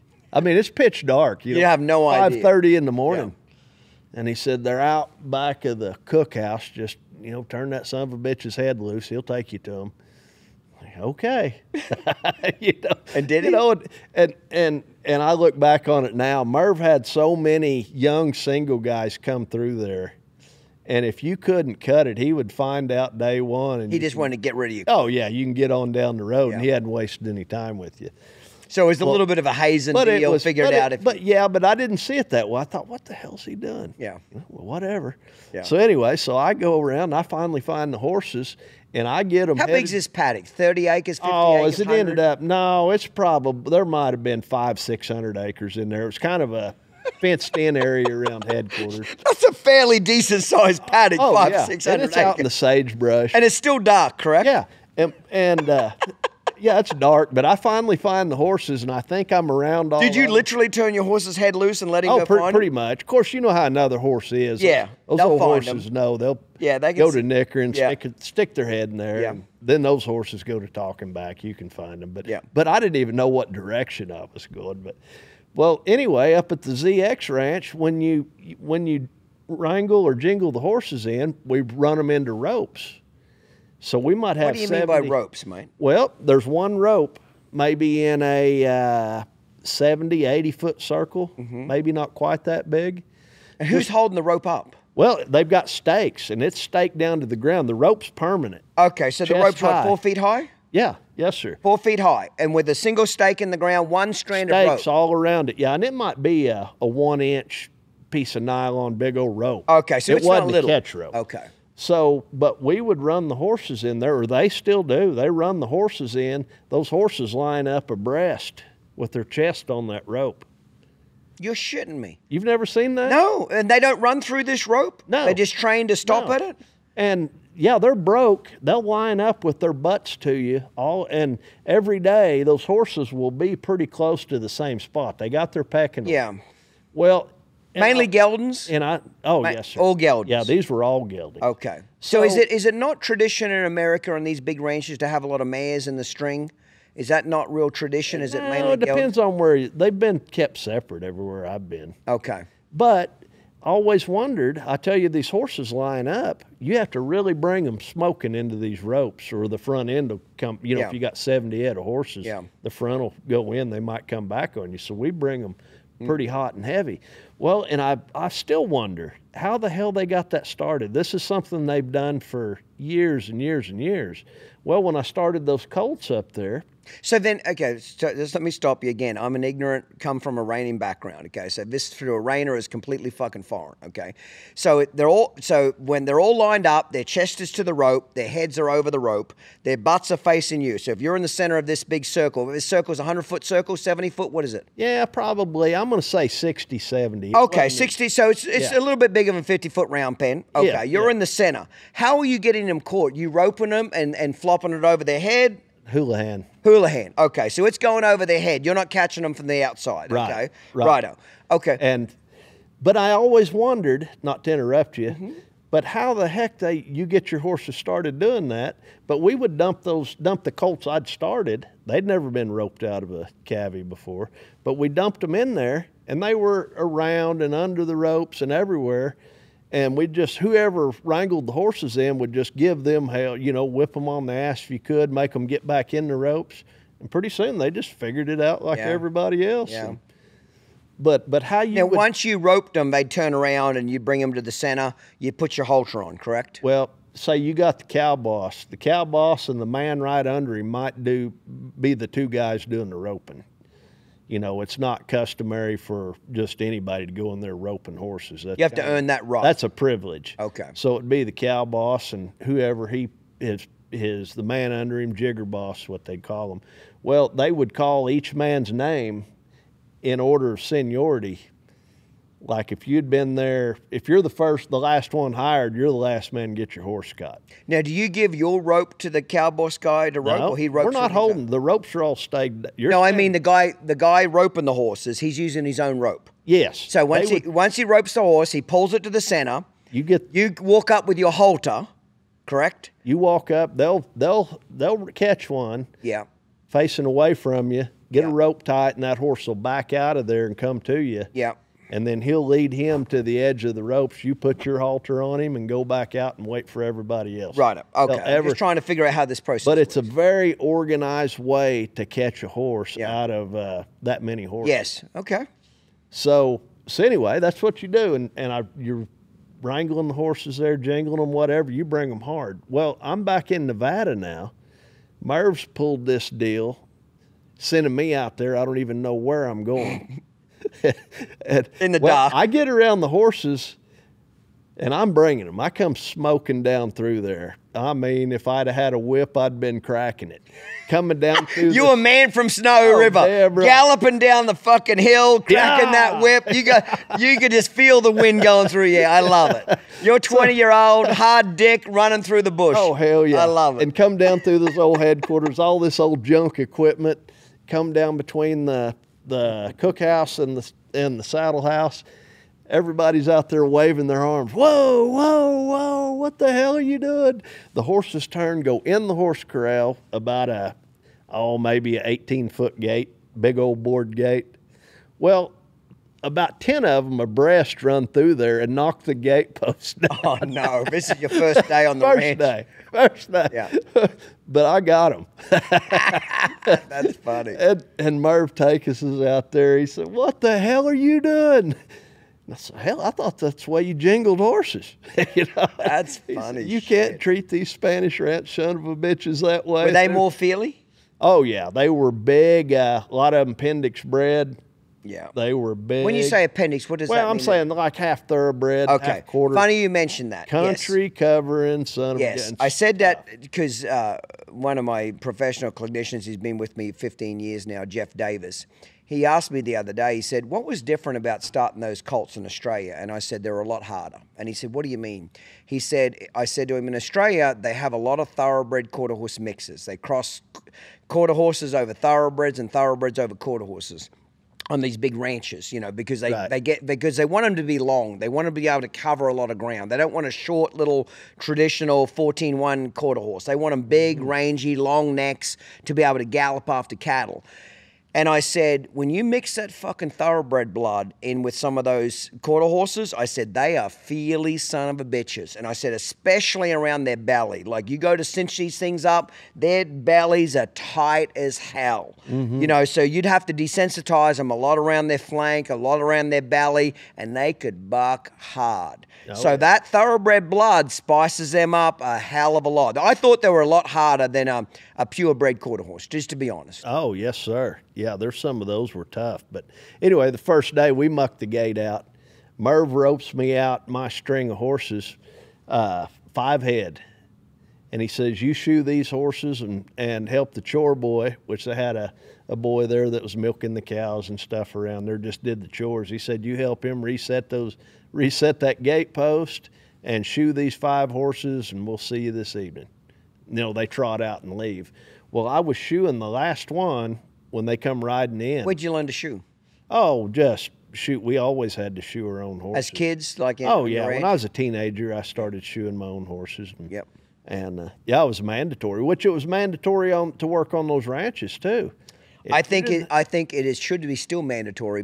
Like, I've said this before, I'll say it again. When I was 15, I left high school and I worked for Gordon. And one of the first lessons he taught me was to shoe horses. And I remember grumbling to him one day. I said, why? I don't want to be a farrier. I want to be a horse trainer. Why are you teaching me to shoe horses? I'll never forget. It's the greatest horsemanship lesson I ever got. He said, Clinton, he said, if I teach you how to shoe, you'll be really good about handling horses' legs. And I said, what do you mean? He said, when you have to shoe your own horses, you'll prepare them, you'll do a good job, you'll make sure they're ready. Because he said, when you get underneath them and you haven't done your job and they're kicking your fucking head off and they're moving around and they're fussing, your back's going to get sore, your legs are going to get sore, etc. Well, I soon learned real quick, it's a lot of work being under a horse's hind leg. You know, it's tough on your body. So he taught me how to shoe, and I'm so glad he did. I shot horses for 4 or 5 years in addition to training horses to make money. But I'm so glad I did, because I take pride on those horses standing there like a statue. They better be broke enough that you can drop the damn lead rope on the ground, shoe all 4 feet, and they never move. When they're that broke where they can drop the lead rope on the ground, not tie them up, and get around all 4 feet without them moving a muscle, they're broke to death. And I always said, when you have to handle your own horse's feet and shoe, you'll be a much better horseman. And I'm so glad he taught me that lesson. Oh, yes, sir. And if you can shoe a horse, you're never going to starve to death. Yeah, that's why I did it, for money. Oh, you're right. absolutely, because in the early days, Jay, I was broke. I was starting colts. I was doing problem horses. The extra 30, 40 bucks I got to shoe a horse was a welcome money. Oh, I needed it. You're damn right you did. That's a damn good point.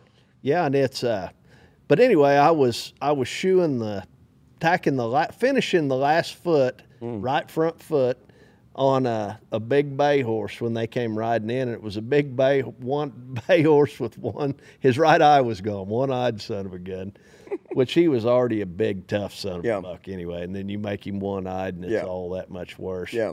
Half thoroughbred. Oh yeah, got a lot. Anyway, but I had his foot out in front of him on a shoeing stand, clenching my nails, and Merv came riding up, and the rest of those guys, and Merv was laughing. He said, well, did you get pawed any? I said, yes, sir. I got pawed at. And he said, did you get kicked? I did get kicked a few times. Like I say, this is the last of 5, and none of these horses were gentle. And he started laughing. He said, none of these horses had ever seen a shoeing stand. That's funny. So they've never been shod before. Well, they'd been shod, but those guys, those horses there, they would shoe them, but leave their, say you're up underneath them where you tack your nails in, drive your nails, and then clench them right there without ever. Oh, they'd never take them out in front, eh? No, never. Why not? I don't know. Just tradition again? Yeah, and they weren't real particular. Just get them. All they had to do is stay shod for 6 weeks, and those horses were getting kicked back out again. That's interesting. And they were big, the circle horses, what they call them out there, because they were gathering there in the fall when I starting to gather off the desert, and they had what they call the circle horses, these big, stout, appendix bred son of a guns that were good for trotting 30 to 40 miles a day. Yes, covering a lot of ground. Covering a lot of big. That's where the big, cattle state, they call them cattle stations, not ranches, but they call them cattle stations in Australia. They're big. You got to cover a lot of ground. When you're checking the fence line, you're going 7 or 8 hours straight. Trot, canter, you got to cover ground. They hated those little quarter horses that just walk real slow because you couldn't cover any ground. Australian cattlemen, they want horses to cover the ground. They want them walking fast. They want them long trotting fast. You know what I mean? Yeah. For that reason, because there was so much ground to cover. Oh, you bet. And these horses, the biggest problem with them was that most of those big places like that went through so much help that the guy before you might be a bronc riding son of a gun, and if one even bows up and thinks he wants to buck, well, let's go. Yeah. The next guy that gets this string of horses might be a horse trainer. Yeah, he don't want him to buck. Oh, yeah. Or he might just be training on them all the damn time. But if you just didn't mess with them, let's just go do our job. Yeah. Don't jack with them. If they do something out of line, just line them out and go on. Yeah. You could get along with them pretty good. I didn't get along too bad, but yeah. But that Merv, I tell you what, I'm so glad I got to work with that guy. What did he teach you? What are some of the greatest lessons? Oh, he taught me a lot about working a herd. Which herd of cattle or horses? Herd of cattle. Okay. Which that was a big desert outfit. They gathered everything off the desert into all those ranch headquarters in that country were on a river in a valley somewhere close to the hay meadows, where most of the cows would winter what they call inside or on the hay meadows, because they weren't getting any feed, and if they were outside, you know, there's nothing to eat. They're going to die in the winter. So the cattle weren't hard to handle at all, but it was in such big country that you had to ride so far. And anyway, so we'd gather off the desert for, say, 3 or 4 days, 5 days, however long, have a couple of hundred pairs gathered into one meadow. Well, they were year-round calvings, so they would have, they might have baby calves, they'd have big weaning pairs, dry cows. So after we gathered for a few days, we'd take that bunch and throw it in the corner, and they'd call it working roe deer, which you're just working all those pairs out. Where he might, Merv or whoever he has work the herd, say go in there and get all the big weaning calves, then get the baby pairs, then we'll sort dry cows. They're all going different directions. And Merv rode some really good horses, probably the first really good spade bit horses I was around. So who trained him? Did he train him? He did. He trained him? He did. Where did he get his information from, Jay? He grew up there in California, was probably the first real traditional, you know, you might call it vaquero style, or, you know, I called it West Coast California. You know, he had some spade bit bridle horses and knew how to ride them. And is it always tradition for these spade guys and vaqueros and things to use a leather curb strap? As far as I know. Okay. When it comes to horse trailers, the only brand that I use from now on is Elite. I've had every other brand over the last 25 years, and honestly, the one I keep coming back to is Elite because they last, they don't break, and they're heavy duty. Yes, are they a little more expensive? Absolutely. But you get what you pay for. If you want cheap, you're going to get cheap. If you want something well built, it's going to cost a little more money. The dealer that I use now, Jason Ducharme, out of Oklahoma, the last 4 trailers I bought, I've price shopped him with 5 other dealers. He has absolutely smoked him on price, has not even got close to Jason's price. I even bid his trailers out against cheaper brands that I know are going to be a cheaper trailer. He still beat their prices. So if you're looking for a new Elite trailer, or you want to trade a trailer or buy a used one, get a hold of Jason, call him, text him. What's it worth the phone call? I promise you there will not be a dealer in the country that will beat his price. Mention that you watch the Uncut Real Raw podcast for an additional savings. Are you tired of worrying about the safety and comfort of your horses and livestock while you're on the road? Look no further than Oklahoma Trailer Ranch, the premier choice for hauling your precious cargo with unmatched reliability. Don't settle for anything less than the best when it comes to your trailers. For all your horse trailer needs, stock trailers, living quarters, contact Jason Ducharme at the Oklahoma Trailer Ranch, where we sell Elite, Logan, and Galleon products for any of your hauling needs. Mention Clinton's Uncut Real and Raw podcast and get the very best pricing. Jason will not be undersold by any dealer. Call him now at 248-459-2010. And remember, Jason Ducharme will not be undersold. This is a question, you know, again, coming from a reining background, we chain under their jaw and not a lot of high ports, okay? And when you get into the cow horse world, the vaquero, you know, the whole deal, there's a lot higher ports, leather curb strap, but I've noticed that the shanks are way straighter. Are the straighter shanks because they need more bite? Because obviously the straighter a shank on a bit, the more bite it has. The more sweep back, like, you know, the Greg Darnell, the old Loomis shanks and things, the more sweep back a shank, the less leverage it has and the gentler pull it has. Do you think, I've always wondered, were a lot of those kind of traditional type spade bits straight up and down because they had a leather curb strap and they needed a little more bridle on them?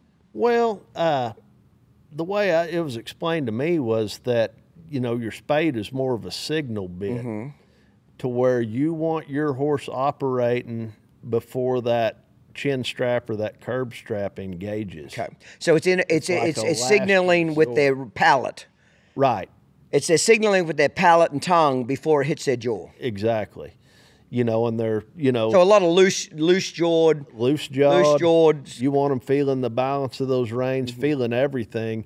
And the way I always looked at it was like that chin strap, your curb was a last resort, more or less. Yeah. You know, and don't think that one can't grab a hold of that spade bit and run off with your ass either. Yeah, of course they can. You know, yeah, they can do it. That's exactly right. Yeah. You know, because everybody looks at them as a big, not everybody. Yeah, but people that don't know. The fucking tree huggers, the idiot tree huggers out there. Yeah, they think that bit will stop anything. Yeah. Yeah.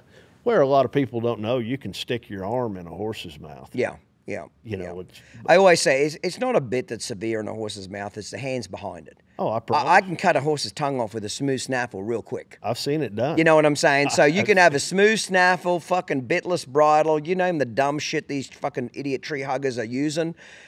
The wrong hands can make any piece of equipment aggressive, severe, torturous. Oh, absolutely. You can ride a horse with a barbed wire wrap bit with the right fucking hands. It ain't going to cause one little bit of problem. 100%. So you learned to get a horse in a bridle. Sorry, I didn't mean. Well, I didn't learn. I got to watch Merv because, you know. Merv's still alive? Is he dead? No, he's passed away. Yeah. He died of cancer several years ago. But I could remember you asked about learning something from him, and I remember working a herd, basically, holding roe deer, working with him. And Merv was riding a pretty nice horse, and he would go in there and sort of pair out what he was wanting. But several times, he'd be smoking around there. I mean, going pretty hard to head this cow. And I would just take 2 steps forward, you know, and cut that cow out. Big no-no.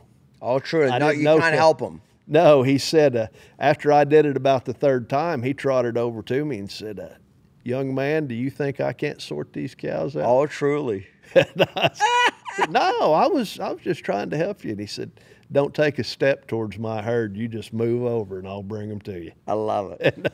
And a lesson learned. Yeah, lesson learned. You know? Yeah, well, you learn a lot of that. It's funny. It sounds like every ranch has got their own rules, Jay. They do. Every ranch has got their own tradition. Every ranch has got their own rules. Every ranch has got their own tradition. Is that correct, sir? Yes, sir. Etiquette and something that flies on this place may not fly somewhere else. But most of them have somewhat the same etiquette, some things you don't do. Yeah. And the bigger the place, the more it's enforced for good reason. Yeah. You know, because without etiquette on a big place with a big crew, etiquette, it's an army. You've got total anarchy. Yes, you're right about that. Yeah, it's an army. That's it. That's exactly right. That's exactly right. You know, I have 100 certified clinicians that work under me that in a franchise where they basically pay me a yearly fee. They teach my method. I endorse them. I advertise them, etc. And I'm real strict on the rules because if I don't, I'll have 100 people doing their own version of my method. Absolutely. It doesn't work like that. I need the lady that hires one of my method ambassadors in Oregon and the lady that hires her in Florida to get the same information. Right. So you need rules. You need structure. If you let everybody do their own shit, it'll be chaos. It's like herding cats. Oh, I can appreciate that. Oh, you bet. Especially the more numbers you've got, the more employees you've got. Absolutely. Yeah. You know, and you're just like the etiquette. Like if you're making a drive or gathering a pasture, when you're dropped off, whoever's leading the drive, cow boss, whoever it may be, drops you off. He puts you there for a reason. He put the guy next to you there for a reason, you know, and then he goes on around. Well, when you throw everything together, you damn well be in the same order that you were dropped. Oh, yeah. If you're not, you know, and everybody screws up. Yeah. But as soon as you get there, you better get back right. Yeah. The sooner the better. Yeah. Yeah. You know, because that's exactly. I remember, you know, again, I wasn't raised on a cattle ranch. I was a city kid, but when I left high school, Gordon McKinley, we did a lot of mustering for a lot of cattle graziers, and you go gather cattle all day. And I remember when we were pushing a lot of cattle around, you know, to the stockyards, when one cow would break loose of the herd, if it was in front of you, but behind the next guy, it was yours. You go gather it up and bring it back. Right. But it was only between you and the guy in front of you. If it was in front of him, you didn't do shit. Exactly. You know what I mean? And if it was behind you, you didn't do shit either. Even if it was 1 foot behind you, if it broke loose. Oh, you bet. There was a structure to everything. Yes. Yeah. And I found too that especially where I grew up, it's not as strict as it needs to be. Because it's pretty easy country. Yeah. We got wide open country. Yeah. Where, you know, you could go out there like a covey of quail. Yeah. and you're still going to get the cattle gathered. You can see the whole damn thing. You know what I mean? But when you're in bigger, rougher country, you know, say down in Texas and in some brush country, you got to have your shit together. So let me ask you something. Is it tradition in America? I know they do it a lot in some of those big cattle ranches in Australia, but cattle stations. But they'll fence the water hole. You know, the dam, the water hole, they'll just go fence it. And when they want to gather up that, you know, it might be a 20,000 acre paddock, they'll just go shut those gates, and they'll shut the water off for 24, 36 hours. All those cattle will gather around because they can't get into the water, and obviously it makes them easy to gather them up. Do they do that much in America? They do. Yeah, they do, especially in some western states where it's more arid. Yeah. And in our part of the world where I grew up, there's so damn much water. They couldn't do that, oh, right? Yeah, it wouldn't work. But anywhere where they're using windmills or water's pretty scarce, Yeah. You know, there's guys. So moving forward a little bit, so during your whole 20s, are you just cowboying? What are you doing here? I was just cowboying, and the whole time I was riding colts and still braiding those, still braiding on the side. Sir. Yes, sir. Are you selling what you're braiding? What are you doing here? Yes, sir. I was like my time in Oregon there. I was braiding a few hackamores, bozels, quirts. For horse trainers, who you? Oh, mainly cowboys. Cowboys. Yeah, it was all cowboys at that point, and not that I sold it, which I did sell quite a bit, but it was mainly trade material.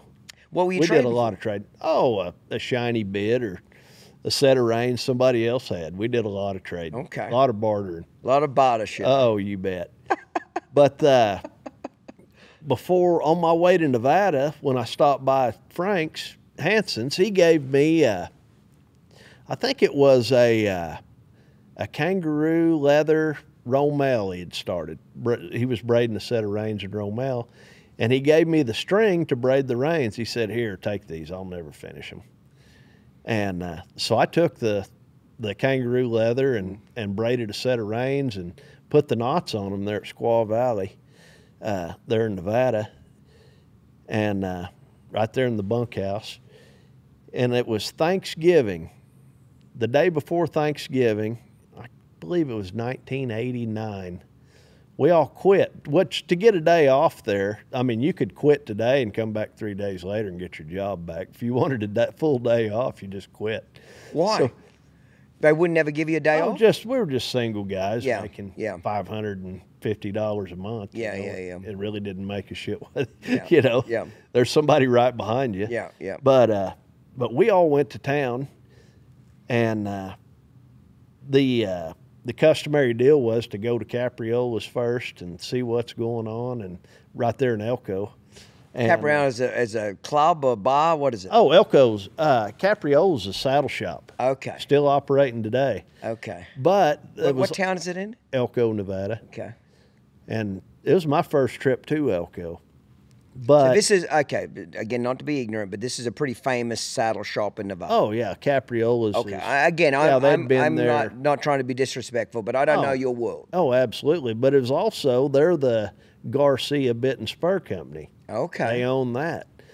So it was kind of funny because all the guys in the bunkhouse, they'd been pumping me up, and I had these reins done. And they said, "Oh, I tell you what, you can take those reins. You can get whatever Garcia bit you want in there at Capriola's." So I took them in there, and the guy running it, he let me know that he could get those kind of reins for $300 out of Mexico anytime. Oh, truly? Fair enough. Yeah. I guess. So I ended up leaving them there with a guy who had worked for Capriola's for years, and afterwards he ended up operating his own shop right down the street, Eddie Brooks. Mm. So I left my reins there with Eddie Brooks. To sell. Yeah. He had a rack there, you know. Consignment. Consignment deals. And anyway, but he ended up selling those reins to a man named Ed Hope, buckaroo in that part of the world, and that was the first set of reins that I'd ever sold. You remember what you sold them for? Oh gosh, I think it was maybe $400. Was that quite a bit of money back then? Oh yeah. You thought you were never another bitch. Poor. Absolutely. You think I'm going to change the world one pair of reins at a time? You bet. I love it. Oh, damn right. So did that give you a little pump of like I can make some money from this or what? Oh, it did a little. Yes, sir. Mm. Yeah, you know, I just just, you know, and I didn't think it was that big a deal at the time, but now looking back on it, you know. Yeah, it was a pivotal moment, yeah. Yeah, for So sure. what, so you keep ranching during your 20s, you know, would you get married, you have kids, let's keep moving forward. Well, I ended up coming back. I left Nevada and came back home. How old are you Say now? I was 20, 21. I came back, and my granddad was in bad shape. He had pancreatic cancer there for 2 or 3 years, and so I ended up coming back to. He wasn't in very good shape, and I was always going to go back to Nevada, whatever. But I ended up working for some yearling deals there. Ended up getting married. How old were you then? Was I 22, 23? Okay, right on.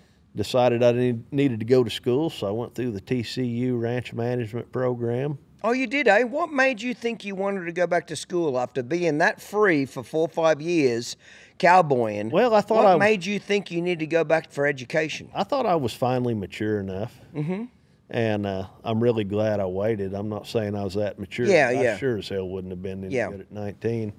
And then, but anyway, went down there freshly married, and I'd had all this experience, and I thought, well, I'm going to be a ranch manager.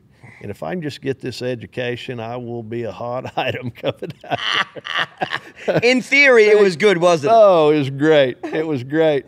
Well, before I left, I was working for the uncle I was telling you that taught me the Ray Hunt method. Yeah.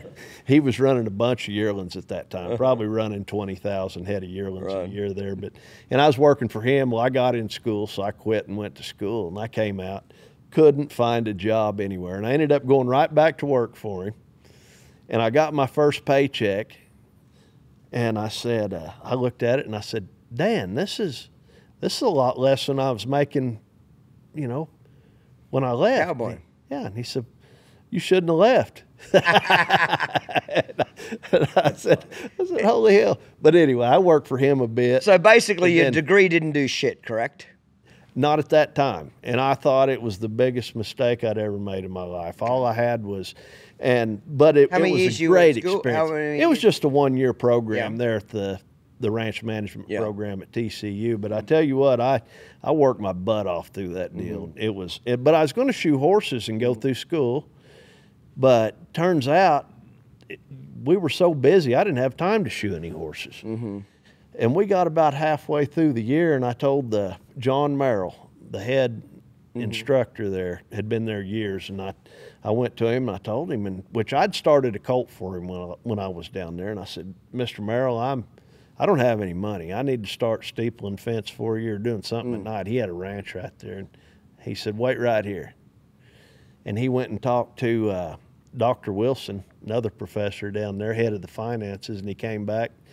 And he handed me an envelope, and I looked in it, and it was a full scholarship to pay for everything. He said, if you would have came looking for money, you wouldn't have got it, but you came looking for work. Yeah, that says something right there. You came. Say that one more time. There's a lot of young people need to fucking hear what you just said. Say that one more time. Well, he said that if I had came looking for money, I wouldn't have got a dime, but I came looking for work. That's a lot to be said there, Jay. Oh, yeah. You came there trying to fix a problem. What work do you need? What problem do you have? I'm ready to go to work. I'm ready to solve something that's bothering you. Not what can you give me? Oh, absolutely. That's exact. I wanted you to say that for all the young people listening. You want to find somebody you want to work for? Find what they need done. Solve a problem for them. Take some of their stress away, and you'll have a job like that. Oh, but you have your hand out. Hey, how many fucking futurity horses am I going to get to show? When do I get to be head trainer? What are you going to give me? You'll get nothing. Yes, sir. Yes, different attitude, isn't it? Oh, it is. Yeah, for sure. You know, and I owe him so much, and he was such a good mentor. And good mentor for you. Oh, yeah. That's awesome. Well, I had... well, I tell you what. We're going to break again for a tape change. So we're going to break here where you basically got out of that program, correct? Yes, college sir. For 1 year. I want to break there. I want to come back and pick it up from there if it's all right. That's a good breaking point. I love the stories. I love that I don't know a lot about your world. It's very intriguing to me. I love asking the questions. I don't mean to be ignorant, but I love asking you the questions for people who didn't grow up on a ranch like you and know that world. Oh, you bet. I love the stories. That's fun. Cheers. It's fun. Ever wanted to own a champion?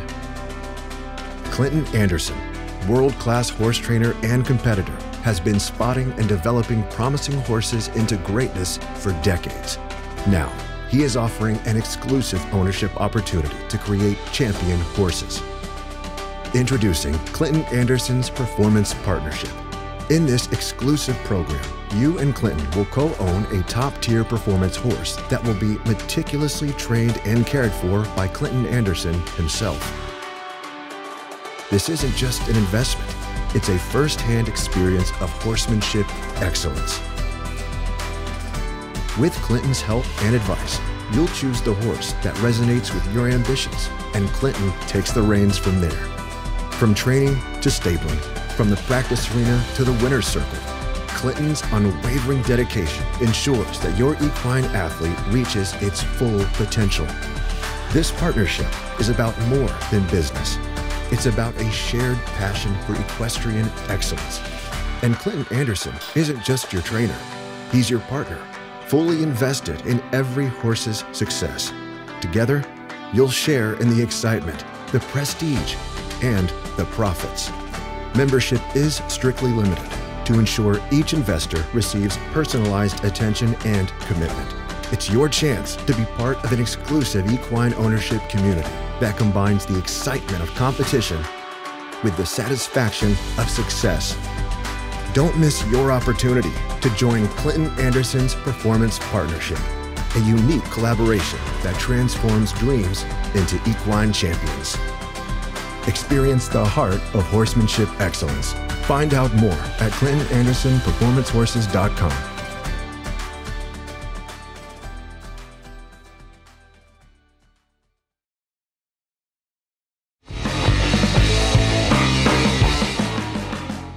Okay, Jay, you got out of college. What happens now? Well, I got out of school and ended up. You're still married at this point? Oh, yes, sir. Any kids? I was married. Well, had one on the way. One on the way. Okay. My wife was pregnant with my son, and so you're about 23 by this point? Oh, 23, 24. Okay. Right in that neighborhood. So, fortunately, I was offered a job working for the Mormon Sooner Land and Cattle Company right there in Osage County where I'm at now. Great insurance. Thank God. You're knocking out these kids. You need some insurance, bitch. You damn right. Because I was panicked because I didn't have any. Anyway, but if I went to work for them, I would have it. So this is the Mormon Cattle Company. Well, the Mormon Church, the Church of Latter-day Saints. They own a lot of cattle ranches? Deseret Land and Cattle. Oh, hell yeah. Yeah. They're the largest producers in the U.S. They are? Cow-calf. Well, how'd the Mormons get into the cattle industry? Oh, shoot, they have been forever. They have? They run 30,000 head of cows in Florida alone. You're shitting me. No. Huh. They've got what, the ranches. fucking Catholics don't like cattle, or what's the deal? Like, how come the rest of the son bitches didn't get in there? I don't think they're investing as smartly as the Mormons are. That's incredible. I did not know that. Oh, absolutely. Yeah, awesome. So anyway, you go to work for the Mormons on the cattle ranch. You get some health insurance. Good insurance. You start knocking out these kids at a record rate at this point. I've got that one. Thank goodness, because my son Hayden, who's 30 now. He was a C-section. I would still be paying for it. You just say, fuck it, let them all die. I'm done. I don't have the money to pay for this. Yeah, so anyway, Hayden was about a month old, and Terry Forrest calls me. Do you know Terry? I know his name, yeah. Her, Stuart Ranch. Yes, that's right. Yes, I apologize. Her son, what's her son's name? Oh, you're talking about Robert. Hey? Robert? Yes. Robert Forrest? Yes, yes. I know who you're talking about now, yes. Terry and I had gone through the ranch management program together at TCU. Okay. Really good friends, super lady. Well, she calls me and she said that her dad had bought a ranch at Warrika and wanted to know if I wanted to come run it for him. I said, well, hell yeah. So at that time, they'd just bought like 12,000 acres down there. One-man deal, a couple hundred. Was it called the Stewart Ranch? Well, it was as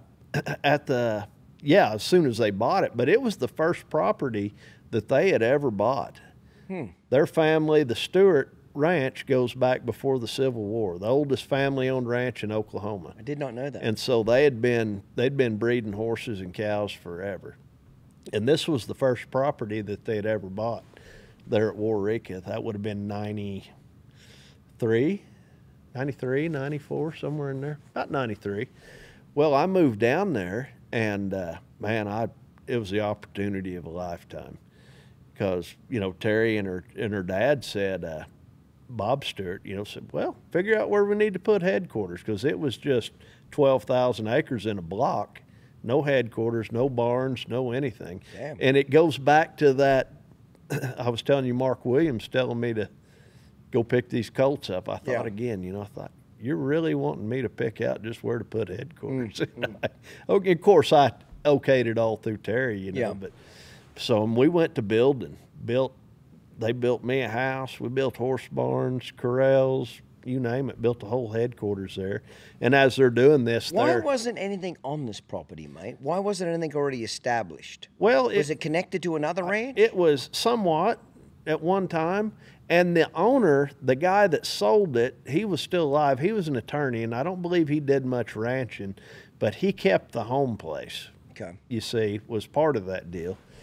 But anyway, we went to running cows and calves down there, and they kept buying out the neighbors, and they've got twice as much country down there now.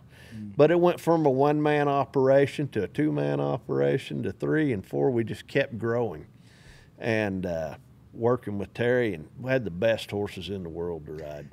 Why were the best horses in the world? What was she breeding? Oh, they were some big, they were all out of some big Son of Leo mares and Zampar bar stud. They were just the type of horse that would make anything. If they didn't make a good horse, it's your fault. Yeah. Yeah. I mean, you could team rope on them. What age were you starting them? Cow what horse. age were you starting? We were starting 2-year-olds. 2-year-olds then. Yeah. So the age you got younger that you were starting. Oh, yeah. Yeah, we were starting 2-year-olds then. Good bred, nice son of a guns. But I'd never worked harder in my life. I mean, I'm finally got my ranch management job. So you're wanting to prove a point. You're wanting to do a good job. Yeah. You're 7 days a week. You're hustling. Oh, darn right. Yeah. And now, you still braiding at this point? Oh, yeah. Yeah, heck, I was still braiding some rawhide. Who are you selling it to? And, well, shoot, a little bit of everybody by then. I had a few saddle makers I'd sell some stuff through. But, yeah, I was braiding some Riettas and Reins and Hackamores, a little bit of everything. But that first year or two down there, I didn't do as much till we got things a little bit more flattened out. And anyway, but I went through a lot of help there. And where'd you find the help? 3 or 4. A lot of it was local, and I'd hired some guys, but I tell you what, we were horseback all morning, and then we'd be welding all afternoon, building corrals. And, I don't know why. I don't know what the hell I was trying to prove, but, but we did it. And there's nothing like, do you agree with this? There's nothing like the energy and the stupidity of your 20s. Oh, absolutely. You're just the Energizer Bunny, aren't you? Oh, no. You're so fucking stupid. You've got so much energy that you don't have enough wisdom to know where to put it. Oh, absolutely. And know how to direct it. But you just wake up wanting to rule the world. Yeah. You know what I mean? Absolutely. I remember now in my 20s working all day doing a clinic from 7 a.m. to 6, 7 p.m. at night, teaching people all day, going to get something to eat, and then going back to the barn and riding 5 or 6 head and getting done at 11 o'clock, 12 o'clock, midnight, and not even think anything of it. Oh, absolutely. Now I'm in bed at 8:30. Like, literally, I have literally an alarm that goes off at 8 p.m. That means I got to go get a shower, get my pajamas on. I'm ready for bed. I'm in bed at 8:30. Now, I get up at 4:30, but I go to bed early now. But back in my 20s, man, you don't have the life experience, but, man, you got some energy, don't you? Oh, absolutely. But I grew up around guys like that where it was a shame to have somebody shoe a horse for you. Yeah. Or go weld a gate up. Yeah. Or something. You were expected to do it all. Yeah. And so how long were you ranch manager there then? Oh, shoot. What was I there? 6 years. Okay. Yeah. And then they moved their horse division over there the year after I left. But in the meantime, I did end up getting divorced a year before I left. Yeah, that'll happen. A year and a half. I've had 2 of them. And how many you have? How many times you've been divorced? And it was... You've been divorced twice? Yeah. Oh, that's awesome. So it was a matter of... I was talking, we were talking about that work. I was a workaholic, son of a gun. I always say this. Nobody wants to be married to a man they never see. In my two ex-wife's defense, sticking up for them now, nobody wants to be married, Jay, to a man they never see. Yeah. When you're a workaholic, that's a lot of the problem right there. And you are, and it sounds like you were too. And you probably get to thinking you're impressing them too. Probably so, but I was so fucking driven it didn't matter. Right. I was on a mission.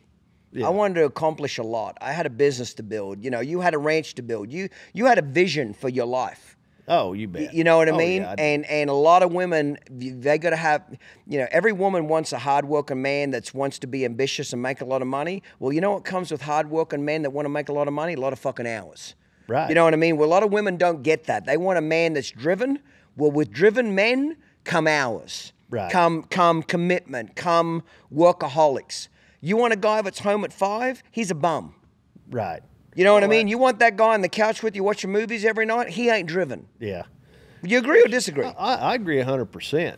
But I still don't forgive her for doing what she did just because I was a hard worker. Fuck that bitch.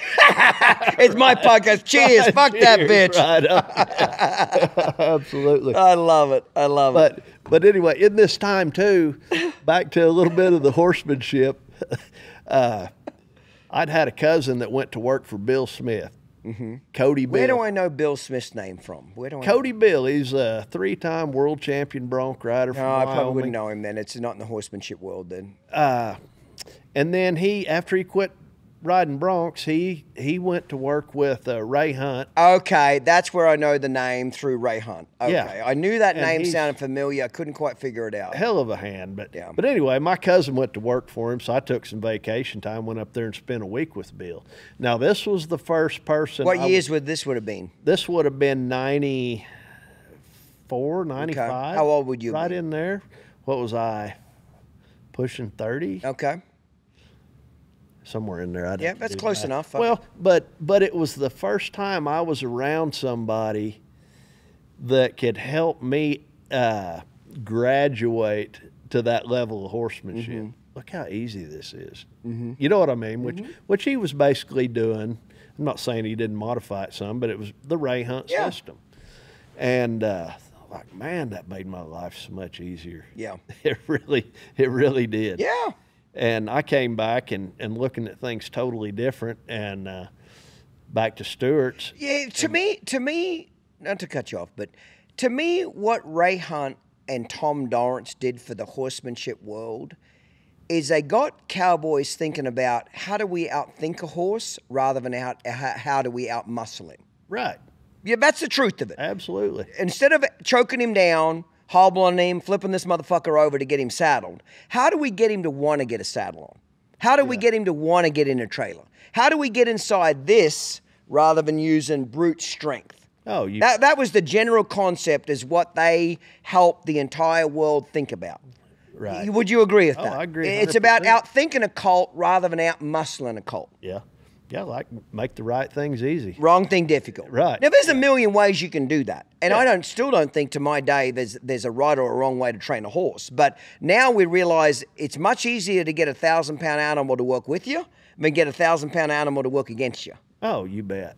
So that was a big deal going to work with Bill? Oh, absolutely. How long were you up there? And I was just there a week. I mean, just got introduced to, which, by that point, I'd started, 1,000 head of colts, a bunch of horses, maybe not 1,000. Yeah, but I get what you're saying. But you know what I'm saying, my whole life, Yeah. I've been starting, I'm like, good gosh. You know what? I just wished I'd seen it many, many years Very sooner. much so. And, and I came back, and we were, at that time, too, I started showing in some of the ranch horse competitions. Okay. And And having... what were in the ranch horse competitions? Like cow horse cutting? What were in the ranch Well, horse? it was like the RHAA, the Ranch Horse Association of America, where they'll, you go do a reining pattern, you call for your cow, you work your cow, box them down the fence both ways, and then you have to rope them and log them off, pull them. Yep. Which you really had to manage your cow because Yes. A lot of times they were walking or trotting off by the time it came to the roping. But anyway, that was the whole gist of the deal, you know, all judged. Let me ask you this. So I'm getting the impression you never did a lot of showing before this. No. Tell me some of the big things, because here's what I don't think personally people understand that don't ever show a horse. I don't care if it's barrel racing, cutting, reining, cow horse, dressage, street eventing. If you've never shown competitively on a horse, you don't understand the mindset of when you walk into an arena. Absolutely. Okay, because like I always use, the purists, I call them the purists, what I call, for lack of a better word, the natural horsemanship purists. Okay, they fucking shit on the competitors. You know, it's too aggressive. Trainers intimidate horses. You know, blah blah blah blah blah. Okay, until you've had to show a horse, you don't know what get the horse to do it now means. Exactly. Because when you're at home and you go run down the arena and go stop, and he don't stop real good, you back him up, you fix it, you go try again. You might try it 4 times and then he nails the 5th stop. When you go to show, Jay, you got one fucking time to impress that judge. You run down there and don't stop, you don't get to look at the judge and say, hey, Mr. Judge, my horse ain't quite ready yet. Can I warm him up a little bit more? Let me try that 3 more times and you judge me on my best stop.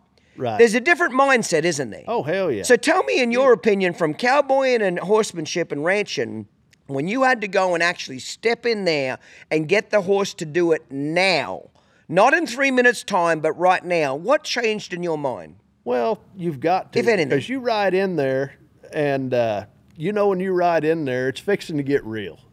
Real quick. No more bullshit, is there? Exactly. No more hiding shit. No more excuses. Your nuts are on the line. You're naked, aren't you? You're in front of a judge naked. This is me and my horse showing you what we've been practicing. Oh, you bet. You're damn and you right. need to show some, because what the showing does is it makes your preparation totally different. Very much and different. If you don't know Yes. that pressure or what you have Yes. to get done or what you're supposed to get done, you don't ever progress. That's exactly right. But when you're getting ready for it, even if you don't go to the show, if you're just getting ready to go to the show all the time, your horses get so much better. And that doesn't mean you're training on them all the time, but you start You're looking training at it with different. a purpose. Exactly. You're training with a purpose now. And that's all these, I call them purists for lack of a better word, all these natural horsemanship purists that basically, these are the fucking tree-hugging idiots, Jay, that shit on all the horse trainers, whether you're cutting, reining, cow horse, whatever, jumping, they shit on all the horse trainers, okay? As a clinician, a lot of clinicians have always, as a general rule, shit on the horse trainers. I've never done that my whole career. Yeah. Because I used to be a horse trainer. Before I was a clinician, I was a horse trainer. I always wanted to be a horse trainer, but I went a different way because there was more money there and I was good at it. But I had a lot of respect for horse quote-unquote trainers, okay? What these purists love to do is they shit on horse trainers that, they're professional predators and they do this and they do that. They don't understand when you have to get your horse to do something right fucking now. It's a completely different mindset, isn't it? Oh, it is, 100%. And until you've lived that world, you can't experience, can you? Oh, for sure. You know, like going down the fence, and it's which is basically heading the cow. Mm-hmm. Not a whole lot different than you might do outside. Mm-hmm. You know, but you're just thinking about it. You know, we need to get this right. Well, to get the right way is the correct way. Yeah. You know what I mean? Yep. You go down there, you turn a cow, you come back, keep them right on the fence, and go right back the way you came. You know, and the reining. Oh, good Lord. It's difficult, isn't it? Oh, shit. If you didn't have to change leads, I'd be world champion. No doubt. See, that's what I always tell I'm learning to do the cutting, okay?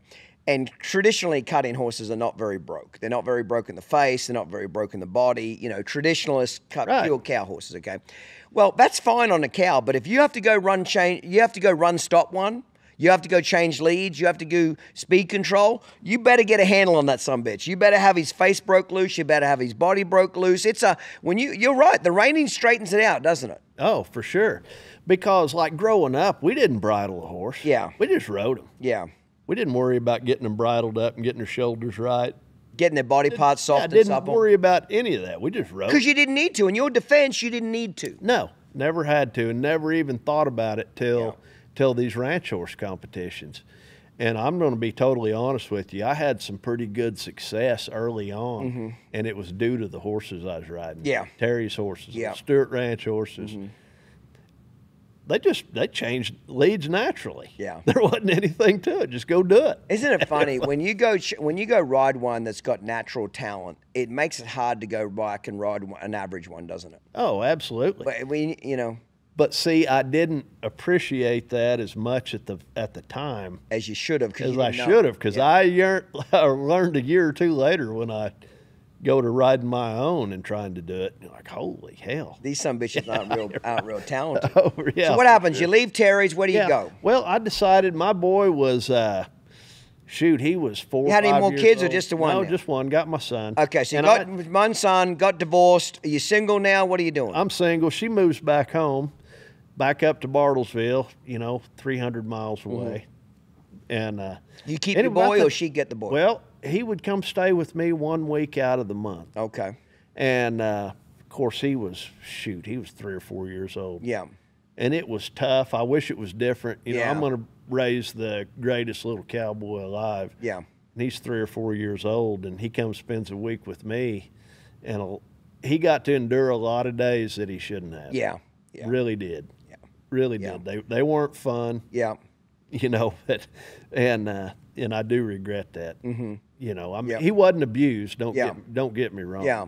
But you know what I mean. Yeah, There's a lot of days that are not fun. Yeah. Especially for a little kid. And he started going to school, and I think I missed a couple of t-ball games or something, and Hayden, I overheard him telling somebody, well, my dad didn't come to my game or something like that. And I thought, well, shoot, it isn't worth it. I can work for myself. Yeah. And be up there, be closer, So I went to work for myself, starting colts and whereabouts? I moved back pretty close to where Ramona, Bartlesville area. In Oklahoma? Yes, sir. Okay, so you want to be closer to your son. Oh, yeah. And you go out on your own just starting colts. And that's starting colts and braiding rawhide and shoeing. Okay. Shoeing horses. It's 3 things. All 3 of them. Yeah.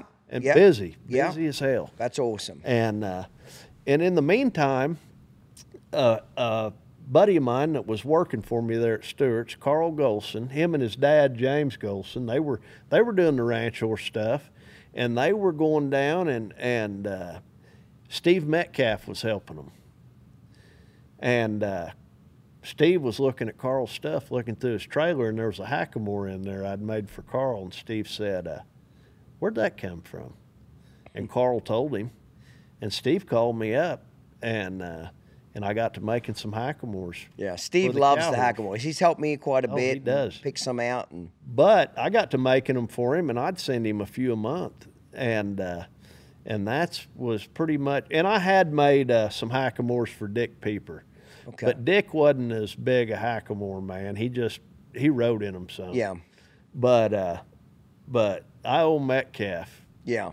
That's how you got your start in the cow horse world, you think? I would send him hackamores, and he would sell them, Steve I owe him a lot of gratitude. Yeah, he's helped me quite a bit. He's a hackamore enthusiast, isn't he? Oh, he is. Yeah. And I still, shoot Ron Rawls and Chris Dawson. I was talking to Chris last weekend. He said, "Hey, I got one of your hackamores." Yeah. And I said, "Did you get it from Metcalf?" "Oh, yeah." He's a hackamore selling son of a bitch. Oh, he sold me several too. I love it. But, and then he told me about the world championships he'd won with it, and that means a lot to me. So, okay, you're out on your own. You're starting colts. You're shoeing horses. You're braiding. Where do we go from here? How many years you doing that? What's happening in your life? Oh, gosh. I tell you, I was just hooked up working. And I ended up, with my dog. I've got a 12-year-old daughter, Ella. Okay. And she's lived with me since she was 4 years old. Okay. I met her mother, and anyway, we ended up getting married. I've got Ella. She's quite a bit younger than Ella's mom. And about that time, there's a ranch gig up in Kansas that not too far up the road, needing a ranch manager. And I ended up going to work for the insurance. Okay. Once again. So you plan on having more kids or something, some bitch, you know what I mean? You need some more insurance. Yeah. So I end up managing another ranch, and But the daughter lived with you from when she was 4 onwards. Well, yeah, and it's long story short, you know. That would have been a lot for you to take care of, running your own business and take care of a young kid. It has been. And, you know, I was running that place up there. Not a real big place, but good job, everything, you know. And in the meantime, we had a little deal that started with pain pills and just went to shit from there. You had some pain? No. The mom did. Oh, the mother. She got on the pain pills. Yeah. Okay. But you didn't marry. Was she living with you? You weren't married? No, we're married. Oh, you're married. Okay. Oh, yeah. Okay. Yes, sir. So can I just be real blunt? You get her knocked up. You think you're going to marry her. Is that how this goes? And you marry her? Yes, sir. Okay, fuck it. Let's just, it's called Uncut and Real Raw. Oh, hell yeah. Listen, I've been divorced twice. Every fucking thing you could fuck up in life, I've done it. So please don't think I'm judging you. You're in good company, okay? Oh, so hell yeah. you get her knocked up. You got to do the right thing. You marry her. You feel like you realize she's a pill popping crazy bitch. What happens then? Well, we end up getting divorced. Right. And anyway, like I say, my daughter Ella was 3.5, you know. So you keep the kid. Yeah. She stays on the pills. What happens? Where do you stay? Well, Ella stayed with me ever since. Mom, you know, just kind of bouncing around. Yeah, she belongs to the streets. Keep moving. Okay. Yeah. So I've taken on. I mean, that's now my life. Yeah. You know, I can appreciate that. I got a great daughter to raise, and let me ask you a question. I don't have kids, so please keep that in mind when I ask these questions. What did you enjoy about raising a second kid from the first one? You know, you've got some experience now. You're more mature. You know, back in your generation, you're having kids in your early 20s. You know, you're a kid yourself, really. You know what I mean? No, absolutely. So what did you appreciate about raising a daughter or a second child in your 30s compared to your son? What do you appreciate or learn more? Well, I was actually, we'd gone a while because I was 40 when Ella was born. But you had a lot of maturity. Oh, yeah, I had that maturity. And I'd kind of, it was the maturity, I would say, that keeps you from maybe making some of the mistakes. Yep. That you do as a kid. If I had been 25, 30 years old, I could not have raised my daughter. Yes. You know what I mean? Yes. It's just. Yeah. But I'd already been everywhere and done everything, and yeah. I wasn't missing a thing. All we got to do is raise this girl. I love that. And anyway, do you think you appreciated it more? Do you think you enjoyed being a father more? Oh, you bet. Yeah. You bet. You know, and I've told my son that too. Yeah. You know, and maybe apologize for not being better then. Sure. You know, but yeah, it's been fun. It's been a challenge. We all, in life, it seems like, Jay, we all make the best decisions we can at the age we're at and the maturity we're at.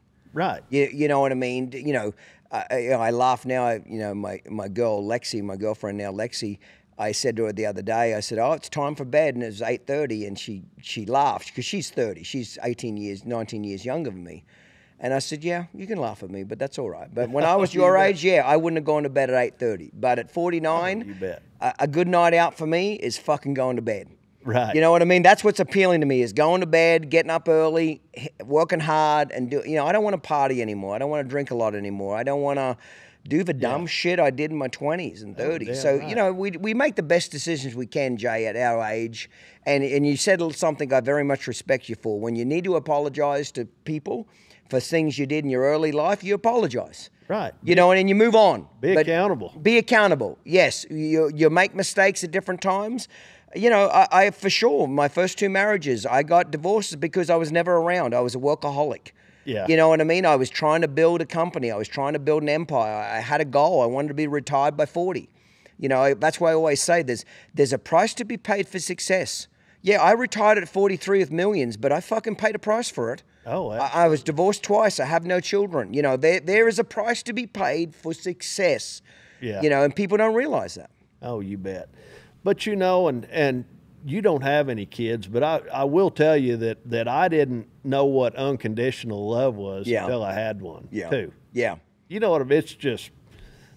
It's a joy. Yes. It really is. You're right. I don't know that, mate. I really don't. I can try to understand it, but I don't. you know, if you really, you know, it's called Uncut and Real Raw for a reason. But if you really want to know the truth why I never had children, I got to be perfectly honest. All of my buddies, well, you're a little older than me. You're 55, you said? Yes, sir. So I'm 49. You're a little older than me. But all of my friends and people I knew, I saw them go through such horrific divorces, and how, I'll just say it, fuck it, it's my podcast, how the women tortured men over their children, wouldn't let them see their kids, told their kids your father's a piece of shit, ran their fathers under the bus. I just didn't see the appeal of it. Right. I know I'm such a controlling person that I like everything to be perfect. I have a certain structure. I know my brain, and I know that I would just lose my shit if I had to raise a kid with a woman that had completely different values to me. I want a kid to come home, do their homework, you know, educate, whatever, and they're just letting them out do whatever the fuck I want. I just saw the torture that my buddies went through in their divorces and they're raising their children. I'm like, I want no fucking part of this. Yeah. Honest to God, you call me a piece of shit for it, but I'll die childless for that reason, because I just didn't see the benefit to how much torture. Raising children is difficult enough as it is, let alone doing it divorced and having a partner, man or woman, that's torturing you. Right. Well, would you agree or disagree? Oh, I agree 100%. And once you do get divorced, the way I've always looked at it, what your kids are going to get is kind of going to be second rate at best, you know, to the ideal situation. Which, are there any ideal situations? Hell, I don't know. Here's the one rule I always tell, because I've had a lot of buddies that got divorced, and I always tell them the same shit, and it's worked out 100% of the time, okay? Typically in divorces, there's one parent that wants to shit talk to the kids about the other parent. Typically, I'll say it, fuck it, 2/3 of the time, actually I'll just fucking say what it is, 3/4 of the time, it's the woman shit talking about the husband. Your father's a piece of shit, he doesn't pay child support, running the father. I'm not saying it doesn't go the other way, because it does, but 3/4 of the time, it's the woman shit talking about the man. And here's the best advice I give every man in the world when you're going through this, and this has happened many times, and it's never wrong, okay? I always tell the guys, because they'll come to me and say, hey, you know, they're telling my kid that I'm a piece of shit, I'm not paying child support, I'm a bad man, I'm this and that. And here's what I tell them. Never, ever, fucking ever talk negative about your wife, the mother of your kids, to your kids. Right. Always praise them. Always make sure that mother looks good. If the kid comes to you and says, Mummy says that you're a piece of shit and you don't pay child support and you do this, you say, well, you know, your mother's a little bit confused. She's a very good woman. Your mother's working very hard. Always talk positive, because here's what happens without a fucking fail. You ready? When the kids are little, they'll believe the parent. Whatever parent's shit talking the other one, the kids will believe it when they're little. Oh, yeah. And you'll have a worse relationship. Every time they'll come to see their father, they're standoffish, the kids don't like them, there's a weirdness there. And I said, buy your time. Because when those kids get to about 11, 12, 13, once they figure out what parent lied to them, they'll usually come to the good parent and say, hey, I realized I was lied to. I realized you're not the person that my mother said you were. Here's what'll happen. You'll have a phenomenal relationship with that kid for the rest of their life. And I can't tell you how many men I've counseled through divorces that have walked up to me when their kids are like 15, 16, and they say, Clinton, you were right. It was very hard to bite my tongue. I always talk positively about the other spouse to the child. Even when they didn't deserve it, I did it anyway. Those kids have a phenomenal relationship with that other parent. And sometimes it's the guy doing all the shit too. So I'll go both ways. Oh, right. But you know, whatever parent shit talks, let them have their way.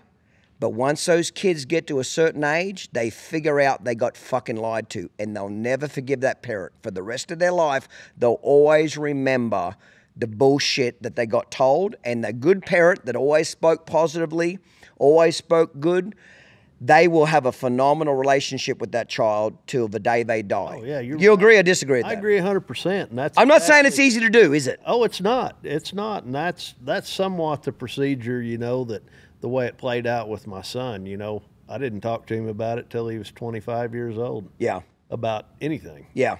Yeah, when they're adults, you can have a real conversation with them. Oh, absolutely. Absolutely. But when they're kids, you better sing the praises of the other parent. Even if they don't deserve it, sing the praises anyway. I remember my second, I never forgot this. It just popped into my head. So my second marriage, this woman had 2 kids that were 4 and 6. And I told him, I said, hey, bring the kids with you. You've been a step parent. I've been a step parent. Okay. And I told her, I said, bring the kids with you. If you want to bring the kids with you, I'll happily take the kids on. I'll be the best father I can be. You know, I'm not their biological parent. She didn't want nothing to do with it. She didn't want to bring the kids with her. That was red flag number 1. Any fucking woman that leaves their fucking kids is a piece of shit. Right. So shame on me for not knowing that. Okay. Yep. Shame on me. Okay. Rule number 1, any woman that leaves their fucking kids is a piece of shit. Okay. So she comes and marries me. Okay. So we get the kids once a month to come down and spend a week or whatever, you know, a weekend at the ranch, whatever.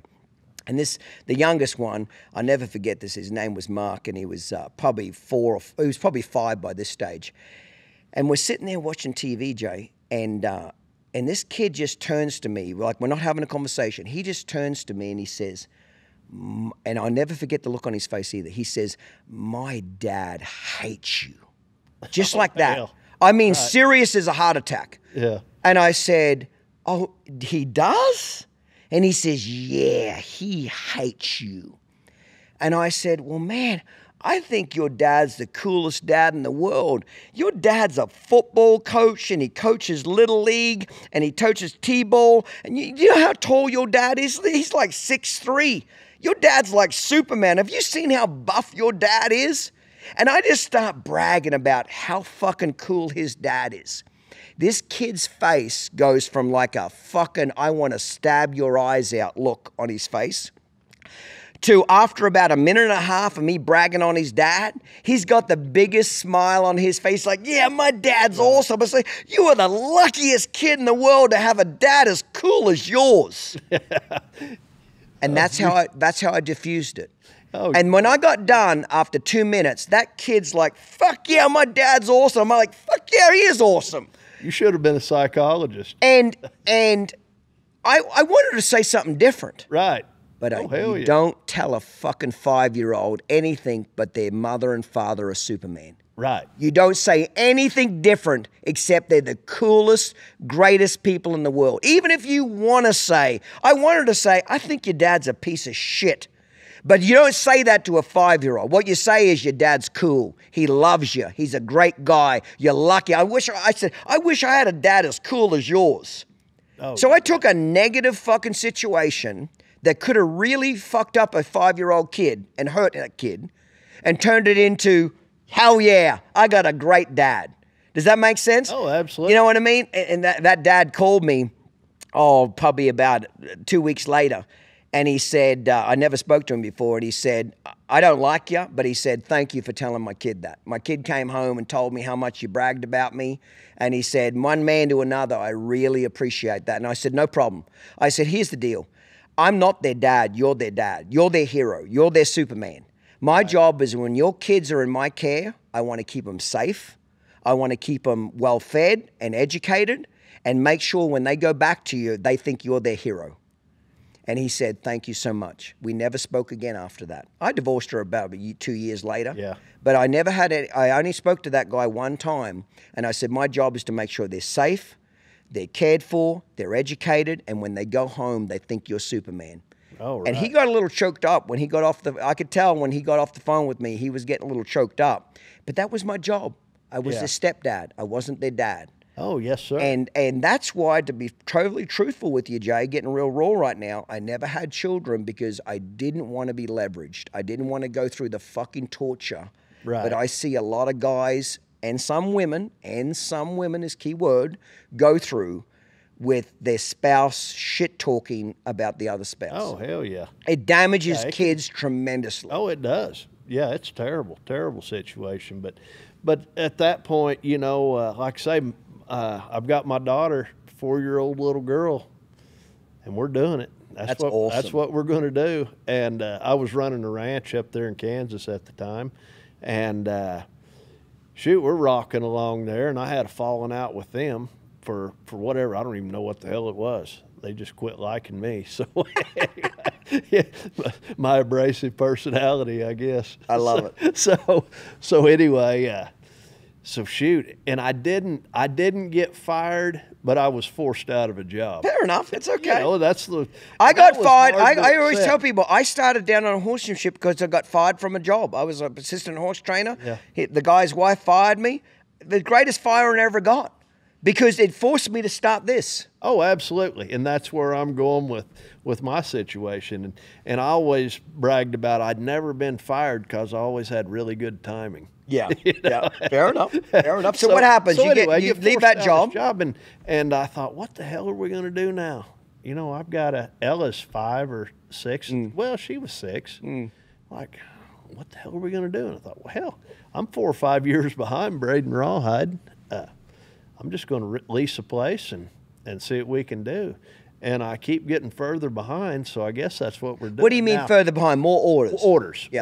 Yeah. You know, and not just raising prices all the time, but we're doing it enough where I can make a living. Yeah. Which I started out telling myself I could be a day working cowboy or go shoe horses, you know, make $300 or $400 a day pretty easy. And then, but I've got enough business I can stay home and do way better than that. Well, I'd been braiding for the first 6 months or so, and I'd talked to which. This involves the TCA, the Traditional Cowboy Arts Association, which I'd had, there was 2 or 3 guys, members that I'd been friends with a good while, you know, and they'd mentioned it to me being a member. But what's it called again, mate? The Traditional Cowboy Arts Association, okay.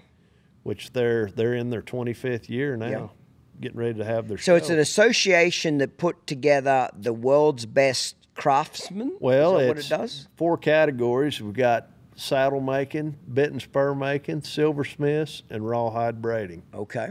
And it was started, this will be their 25th anniversary, so they were started, 98, 99? So at this point, you're making a full-time living out of braiding? Yes, and I was braiding, and I was taking care of a small ranch there, paying for a lease on a deal, kind of just running my own shop, and but it made it to where I had time. And to be a member, you've got to make 3 pieces a year for a show there at the Cowboy Hall of Fame, which is September 26th and 27th this year. In Oklahoma City? Yes, sir. Okay, I'm coming to that this year. Oh, perfect. So say the dates again. Big time. The show is September 27th and 28th. Okay. That Friday and Saturday. Okay. But we're having a... Can anybody come? Do you have to buy a ticket? Yeah. How do you get in there? Yeah, you can buy tickets ahead of time. Okay. Anybody can come. I'm coming to that someday. That'd be perfect. Yeah, It's I'm a leaving my great checkbook time. at home, you motherfucker. Okay, but I'm coming. Well, we need to get you a room there where you can hang out with us. I love it. I'm all joking Friday. with you. I can't And wait then- to go. Since you've told me about it, I'm about giddy as I'm a schoolgirl. I was like, I can't wait. I love quality. I've always loved quality tack. I don't care what tack it is. I want the best. I hate made in China shit. I hate factory produced tack. Oh, you bet. I love the craftsmanship. I can appreciate the amount of hours and detail and what goes into making this shit. And when you take care of it, it's a lifetime. It will literally last you. These boots, I got these from James Leddy in Abilene. You know James Leddy in Abilene? Okay. Yes, sir. Okay. These boots, I remember this. These boots I'm wearing now, I bought these 20 years ago. Okay. They cost me, I think it was $2,500 20 years ago, and I'm still wearing them today. I've had them resold a couple of times in 20 years. I'll have them another 20 years. Yes, sir. You know what I mean? You know how many $400 pair of boots I would have been through in that many years? Well worth the investment. Well worth the investment. I've always said, again, when you're poor, you're poor. I get it. But even when I was poor, Jay, when I wanted something, I just saved till I could get the best. Oh, right. I never wanted cheap. I don't know why. I'm just wired that way. I've always wanted the best of the best. I couldn't afford it for many years. So I just saved my money, because I figured out I'm better off buying it one time and lasting forever than going through 5 fucking pieces of shit that I've wore out and don't do as good a job. That was my theory. Now, a lot of people think the other way. They'll say, hey, Clinton, I'd rather buy it 5 times and I'm ahead of the game. Yeah. Maybe so, but I just can't stand the lack of quality. Oh, you bet. So this year, what are the dates again? 27th and 28th. Okay, Oklahoma City. Oklahoma City. Righto. And we're having some symposiums on Friday and Saturday during the mornings and afternoons. I'd have to get the times. Friday and Saturday. Like Wilson Capron, one of our bit and spur makers, long-time member. Hey, Rochelle, make sure I'm showing up Friday morning. I'm coming in for that, but I want to, if there's symposiums and education, I want to be there. I want to learn this stuff. We've got Todd Crawford's going to have a discussion there with Wilson about form and function. Awesome. On bits and hackamores and you name it. But so anyway, so you get invited into this association. Well, they don't invite anybody. So how do you get into it? You have to apply. So how do you apply? You apply to be a member, and like I say, they've got. I was member number 12 at the time, which they've had as many as 18 to 19, maybe 20 members. You're shitting me. So this is a very exclusive club. Yes, and they started it. Would have been 98, like I say, 25th year. I think 98 was their first year, maybe. But they started it, and it was a bunch of guys, just a bunch of bit and spur makers, and Dale Harwood, Al Pachetti. So do you submit some pieces, and they grade you on it? Yes, but they started this deal, and they invited different people, and they started this organization with the 4 categories. And for me to be a member, I had to submit an application, give them pictures of my work, 3 pieces. Well, I had to send them 3 pieces of my work. Any pieces you want. Oh yeah, yeah. But it better be good shit. Good shit. Yeah. So anyway, they inspect it, look at it, and then they interview you, kind of pass you around like not an interrogation, but hazing. Yeah. No. What is it when you go to court? The lawyer's deposition. Deposition. It's a deposition. Yeah. They pass you around, and then you walk out of the room, and they vote, and you got to get 75% of the vote to be a member. Well, with that comes a lot of obligations. We have to make 3 pieces. We each have to make at least. You can make as many as you want to, but 3 pieces above and beyond what you've done before. From the year before, you mean? Yeah, I mean just every year. You got to get better? Bump it up. Oh, hell yeah. Shit. Hell yeah. And what's so fun about those guys where you talk about what is it, Kerry Schwartz, one of our saddle makers, says your growth is right at the very edge of your abilities. Yeah, yeah. You're pushing the limits, and all those guys do.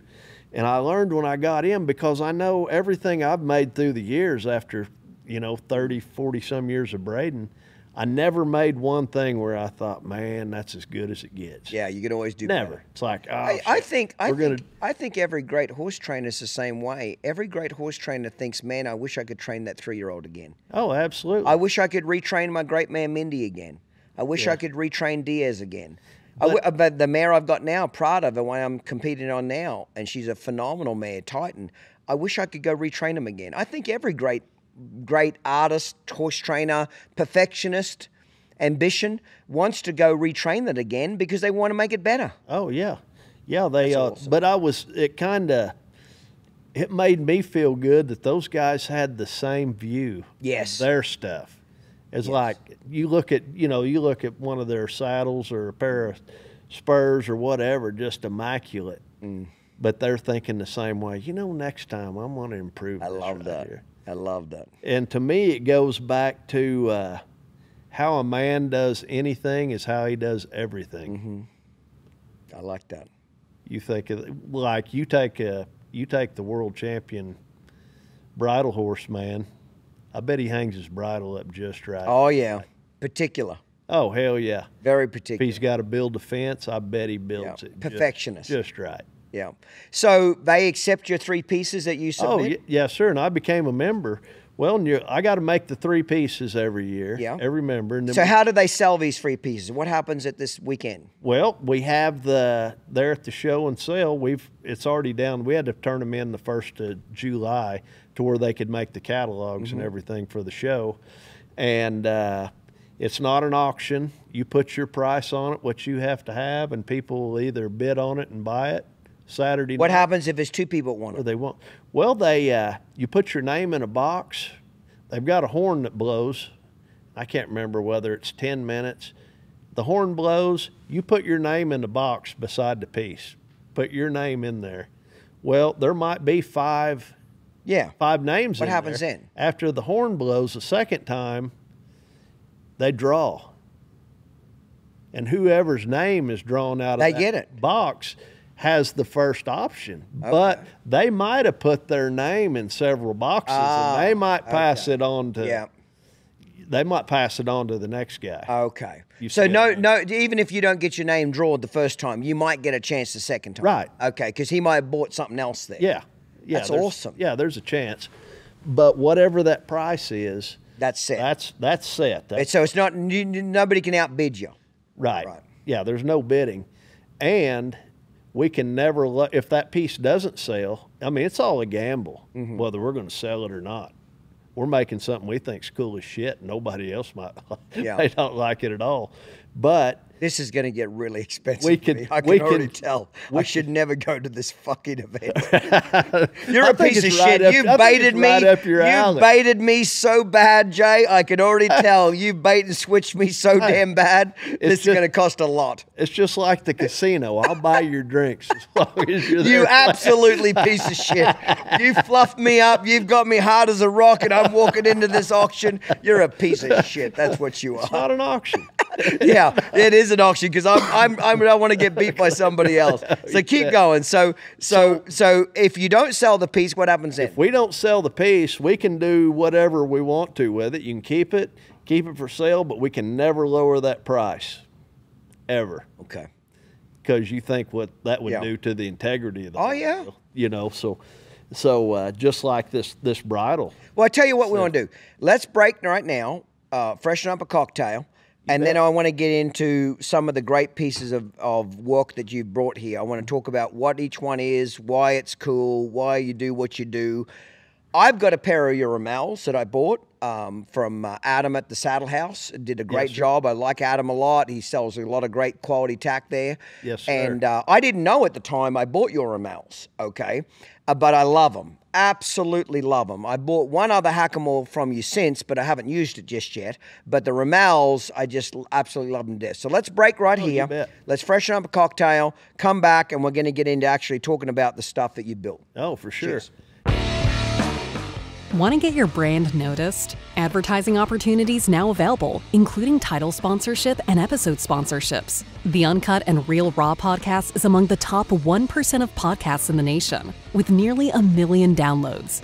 Join our winning team and come along for the ride. Email social@uncutandrealraw.com for more information. See Clinton Anderson and his Down Under Horsemanship method live. Order tickets now for the Walkabout Tour, December 21st and 22nd in Clemson, South Carolina. For ticket information and a full list of upcoming tour dates and locations, visit downunderhorsemanship.com. Righto, Jay. Let's get here to the good stuff. Let's get to the candy, okay? You brought a selection of stuff to talk about, and I'd love to ask you some questions about it. So what do you want to start with here, mate? Oh, let me see. I'll show you, this is a rawhide Rieta that I braided several years ago out of a steer hide. It's just kind of a, it's made to use, but it's a half 4-strand, half 8. Just kind of. So it's a rawhide Rieta. What do you call it? Yeah, Rieta. Rieta. So yes, sir. It's a lariat, but it's made out of pure rawhide, correct? Oh, yes, sir. And it's tougher?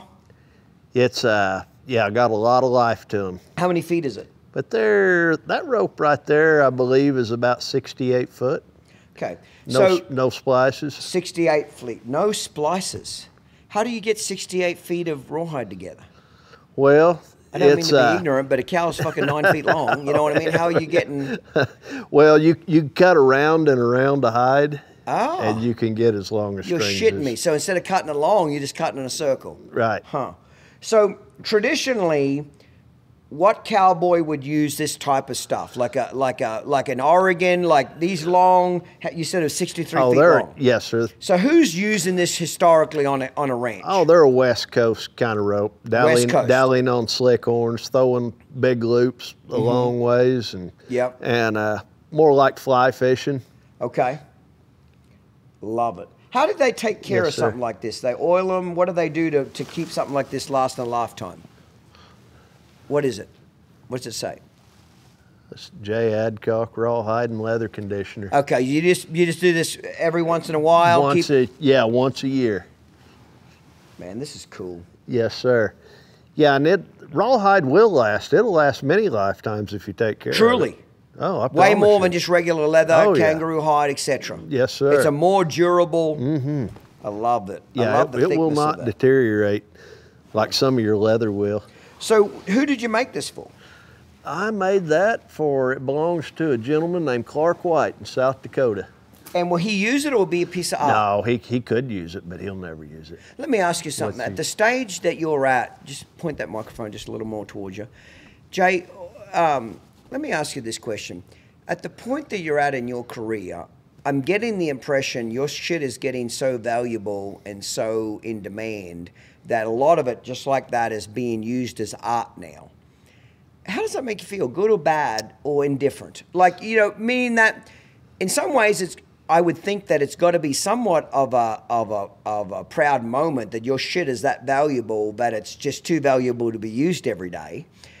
All the shit that I bought, all my clapper bits, I use all of them. Everything that I buy that's expensive, I like to use it. I don't want wall art. I know I'm probably better off keeping it on the wall and preserving it, but I like to use it.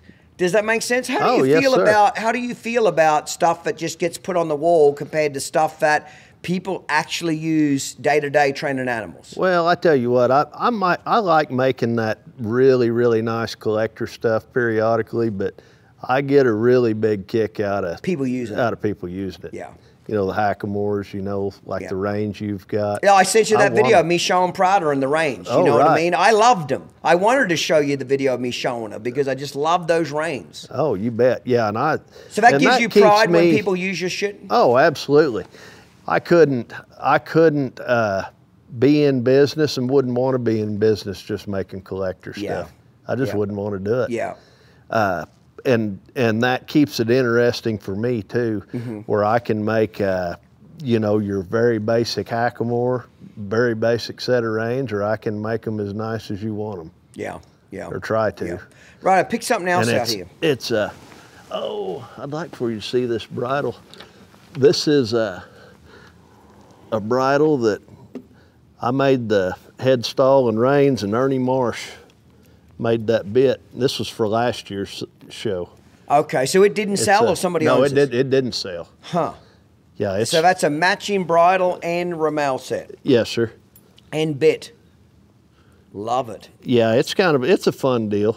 I enjoyed making it, but it's all that stuff is priced accordingly. So if you don't mind me asking, if you don't want to answer it, that's fine. What does that sell for? Like, what's the price on something? The whole like rig was $18,500. Okay, for the bridle, the bit, and the Ramel reins, sir, correct? The whole rig, but that is it's way beyond your basic headstall. Explain to me why it's way beyond your basic headstall. Well, see all those knots up the cheek there. But knots on the cheek. It's just time.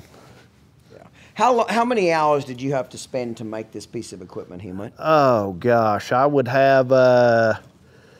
I'd probably have. I'd have 120 hours, 130. Somewhere in that neighborhood. I'd have to look back at the books, but it's a bunch. Do you ever keep track of how much time you put on? Oh yeah. You do, eh? Yeah, we do somewhat. Yeah. I don't. Yeah, bring that microphone a little closer to you. There's some in the business that keep track of every second and every minute, but I don't. It's like a hackamore. Let me ask you a quick question before we get to hackamore. When you make a piece of equipment like that, do you start it and finish it all in the same session, meaning that you stay on that project till it's done, or you might work on it for 20, 30 hours, put it away for a month or two, come back? How does your mind work like that? I'm always working on it, but I have to have 3 or 4 things going at one time.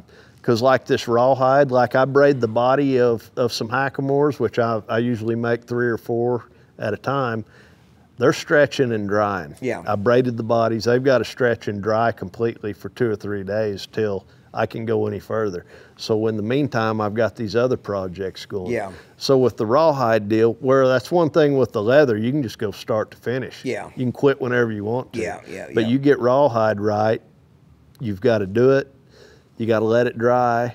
You know, there's always processes in there where something's either drying or you're trying to get it wet. Okay, I didn't know if you did that through boredom, to be honest, whether you get bored on working on the same piece for 120 hours. Or not usually. Once I get into something, Yep. you know, whether it's those 3 or 4 hackamores or that set of reins or, yeah, it usually doesn't hang there too long. Okay, let's pick something else out here. Oh, this is well, this is a little hackamore I just finished up yesterday, actually. Who owns that one? Doug Kraus McCarty. Okay. And I just made that just for the hell of it, to be honest with you. I had it started. Yeah. And we had a deal at the Cowboy Hall last weekend, and I started that nose button. What makes, for people that are not very educated like myself when it comes to hackamores, I never claimed to be a hackamore horseman or know that tradition. What's the difference between a great hackamore and a cheap one? In the way it feels, the way it rides, what is it? The feel. Here, let me give that to you, please. Oh, the feel. You've got to have a good core in one to start with. That life and that body. So it goes back to the shape it was at? Yeah, you've got to have some life in there. You don't want it dead. And that is not the stiffest hackamore in the world. And which there's so much difference. And I was talking to Robert Chown about this a while back. Robert's been helping me a lot. He's the one that recommended I get the hackamore from you. Oh, yes, sir. Yep. And we've decided that there is not one magic hackamore, because he needs one with this shaped nose on a horse. He needs one with this kind of bars. Yep. You know, Narrower. one's got to be softer. Maybe it's a little more coarse on the nose. Yep. There's so many variables there. And everybody that I know, which you've seen all the trainers you know, they probably got 30 hackamores hanging. That's there. what's hard for me to learn this part of the cow horse is that, you know, opinions are like arseholes. Everybody's got one. You know, there's no consensus. You say, well, what's the one hackamore you got to say? They say, well, you don't have just one. You have like 7 or 8. You got to have this. You got to have this. You got to have this. You got to, you know what I mean? And that's what Robert's tried to help me with. Robert Chown is, you know, we'll start with this, and here's your 6 basic hackamores that will get 90% of your work done. Oh, yes, sir. And like, you know, they call these the nerve knots. You know, and some horses need those, some don't. Yeah. You know, and I learned a long time ago, or I spent a lot of time thinking I needed those bars just smooth as silk. And that is exactly wrong. Tell me why. Because you don't want to chew a horse's jaw up with those, but they need to feel them. They need to have a little bite there. They need to feel that, you know, that string. You can feel that just with your finger. Like I say, it doesn't need to be a painful thing, but it's got to be a feel thing. Yeah. You know, and some people like the swelled nose button. I always kind of like the shape, like you always should have a flat area right there, but not everybody does. Some want them perfectly straight. Yeah. It just depends on who you're making them for. Yeah.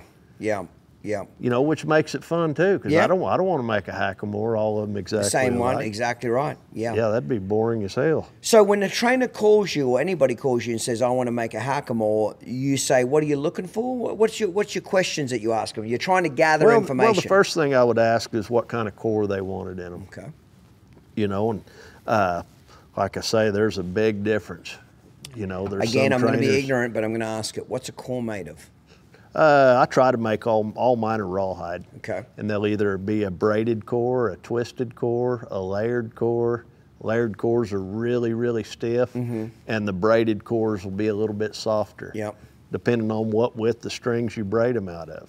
So as a general rule, tell me if I'm right or wrong, the softer a hackamore's core, the less bite the hackamore has. Yes. The stiffer a hackamore is, the the tougher it is. When I say tougher, that's probably a bad word, but just stiffer is more bite, More authority. more authority. Right. Yeah. Just like my rope halters. My rope halters, I've sold 10,000 of them.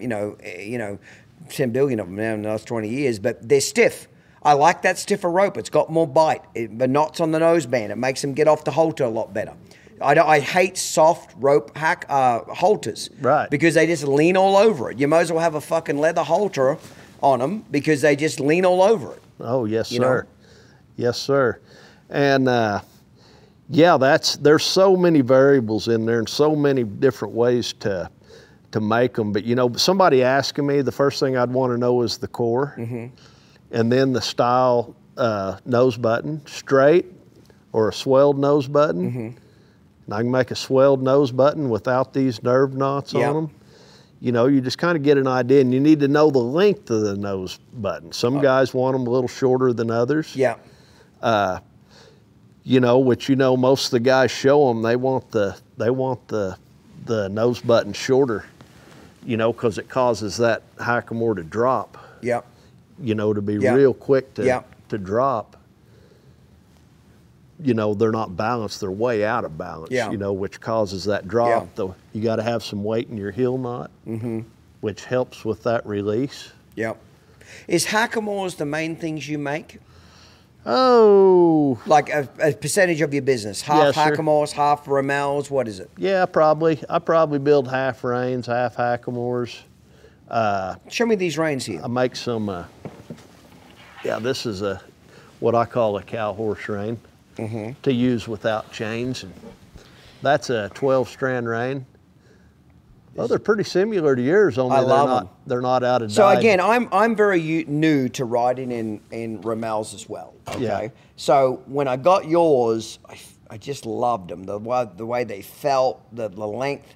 And then I got another set from Adam that had chains on them because I thought the chains looked fucking cool as shit. Oh, yeah. But I hated the way it rode. It swung too much. Yeah. It got to swinging left and right too much. Especially my horses are pretty bridly. They're real soft. They're real collected. I did not like the way it swung left and right. Right. And Adam said, well, usually the longer chain you have, the more they'll swing left and right. Is that correct? Yeah, that is correct. And you can remedy that, which I didn't know it was even legal till a couple of years ago, by putting that leather, replacing those chains with leather. Oh, you can? Huh. Interesting. Yes, sir. Yeah, I've seen some guys doing it. These are beautiful. So what is the thank you. typical length of Rommels that you make? Well, that rein, Do you remember the rein I got from Adam? Yeah. What you're holding in your left hand there is your Rommel. Okay. The reins are in your right hand. Okay, so you call the reins are in here and the Rommels this part in here. Oh, you bet. Okay, right. Yes, sir. But that, what I call a cow horse rein would be about 50 and a half, 51 inches. What have I got? Plus about that. Okay, about this. But, and then plus your connector down there, that'll give you a couple inches. Yeah. And if your reins, if you get to thinking those are too short, we can just put a longer connector, the leather piece down on the end. Oh, you wouldn't make the actual rein longer? No. No, I'd stay in that 51, 52 inch. What do these category. run, if you don't mind me asking?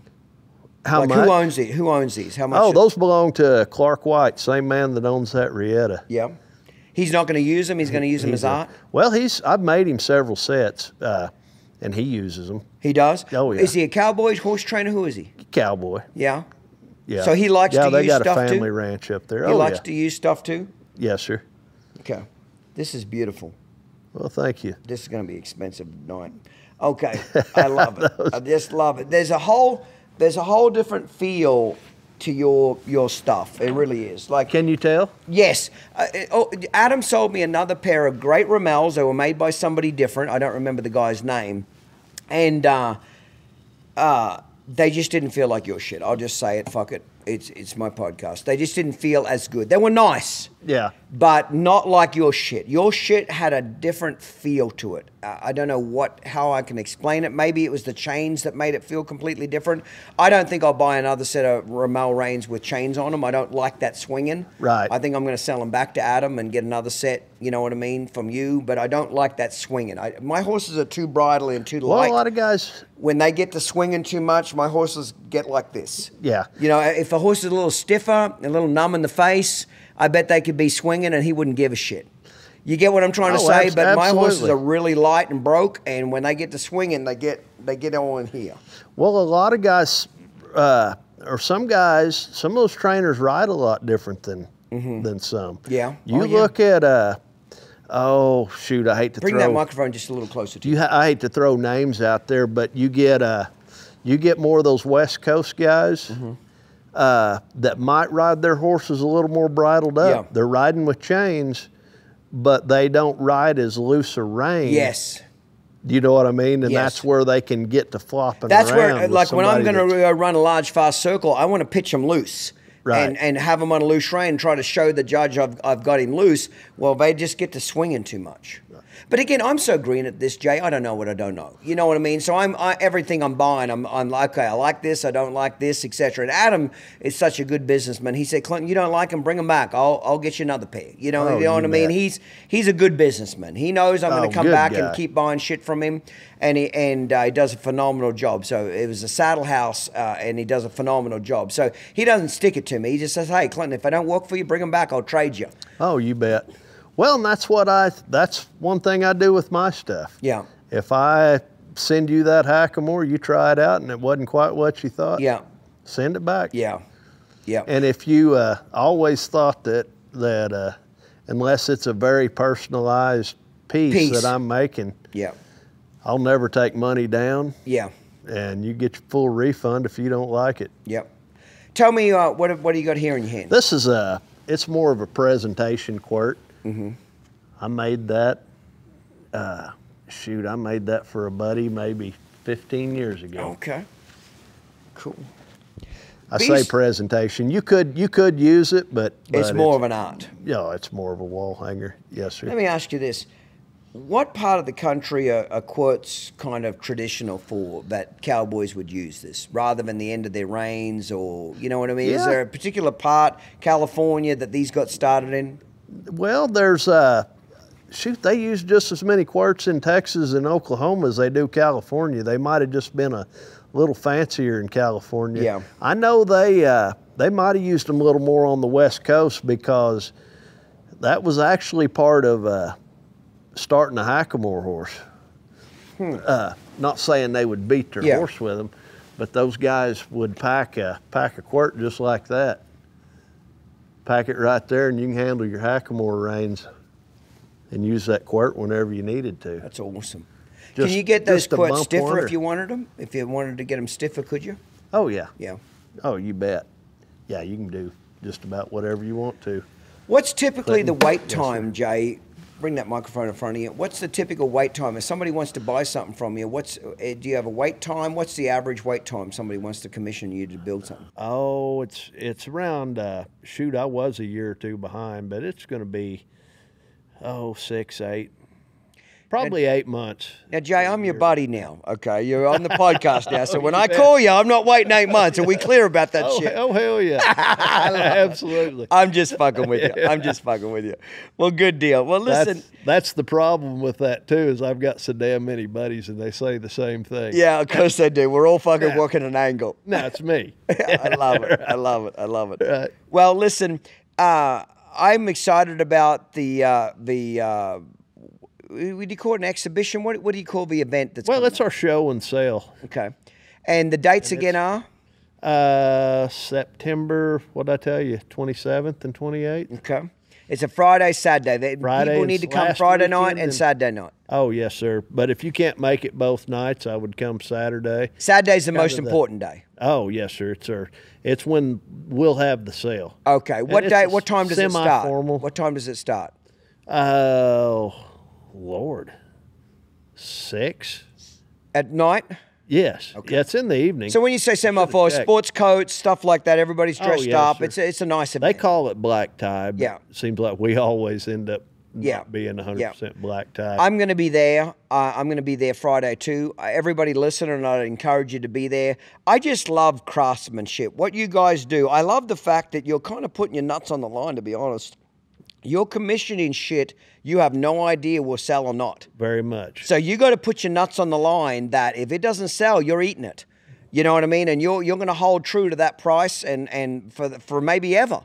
You know, I think that takes a lot of courage to put your name out there like that. I want to meet the other craftsmen and the other three categories. I suspect you all feed off each other quite a bit as far as the quality and the craftsmanship, and you're intrigued. And I just love anybody that studies perfection. Yeah, we do a lot of collaborations. You know, we're just like the bridle. You know, Ernie Marsh makes the bit and I make the bridle, and we work together quite a bit like that. Yeah. You bet. You'll enjoy those guys. No, I'm going to be there for sure. Well, listen, mate. Thank you for taking the time to share your story with Uncut and Real Raw. The podcast is getting more and more popular all the time. The thing that I like personally the best is it's getting more popular with younger people. Everywhere I go in public, I have guys and girls in their early 20s walking up St. Clinton.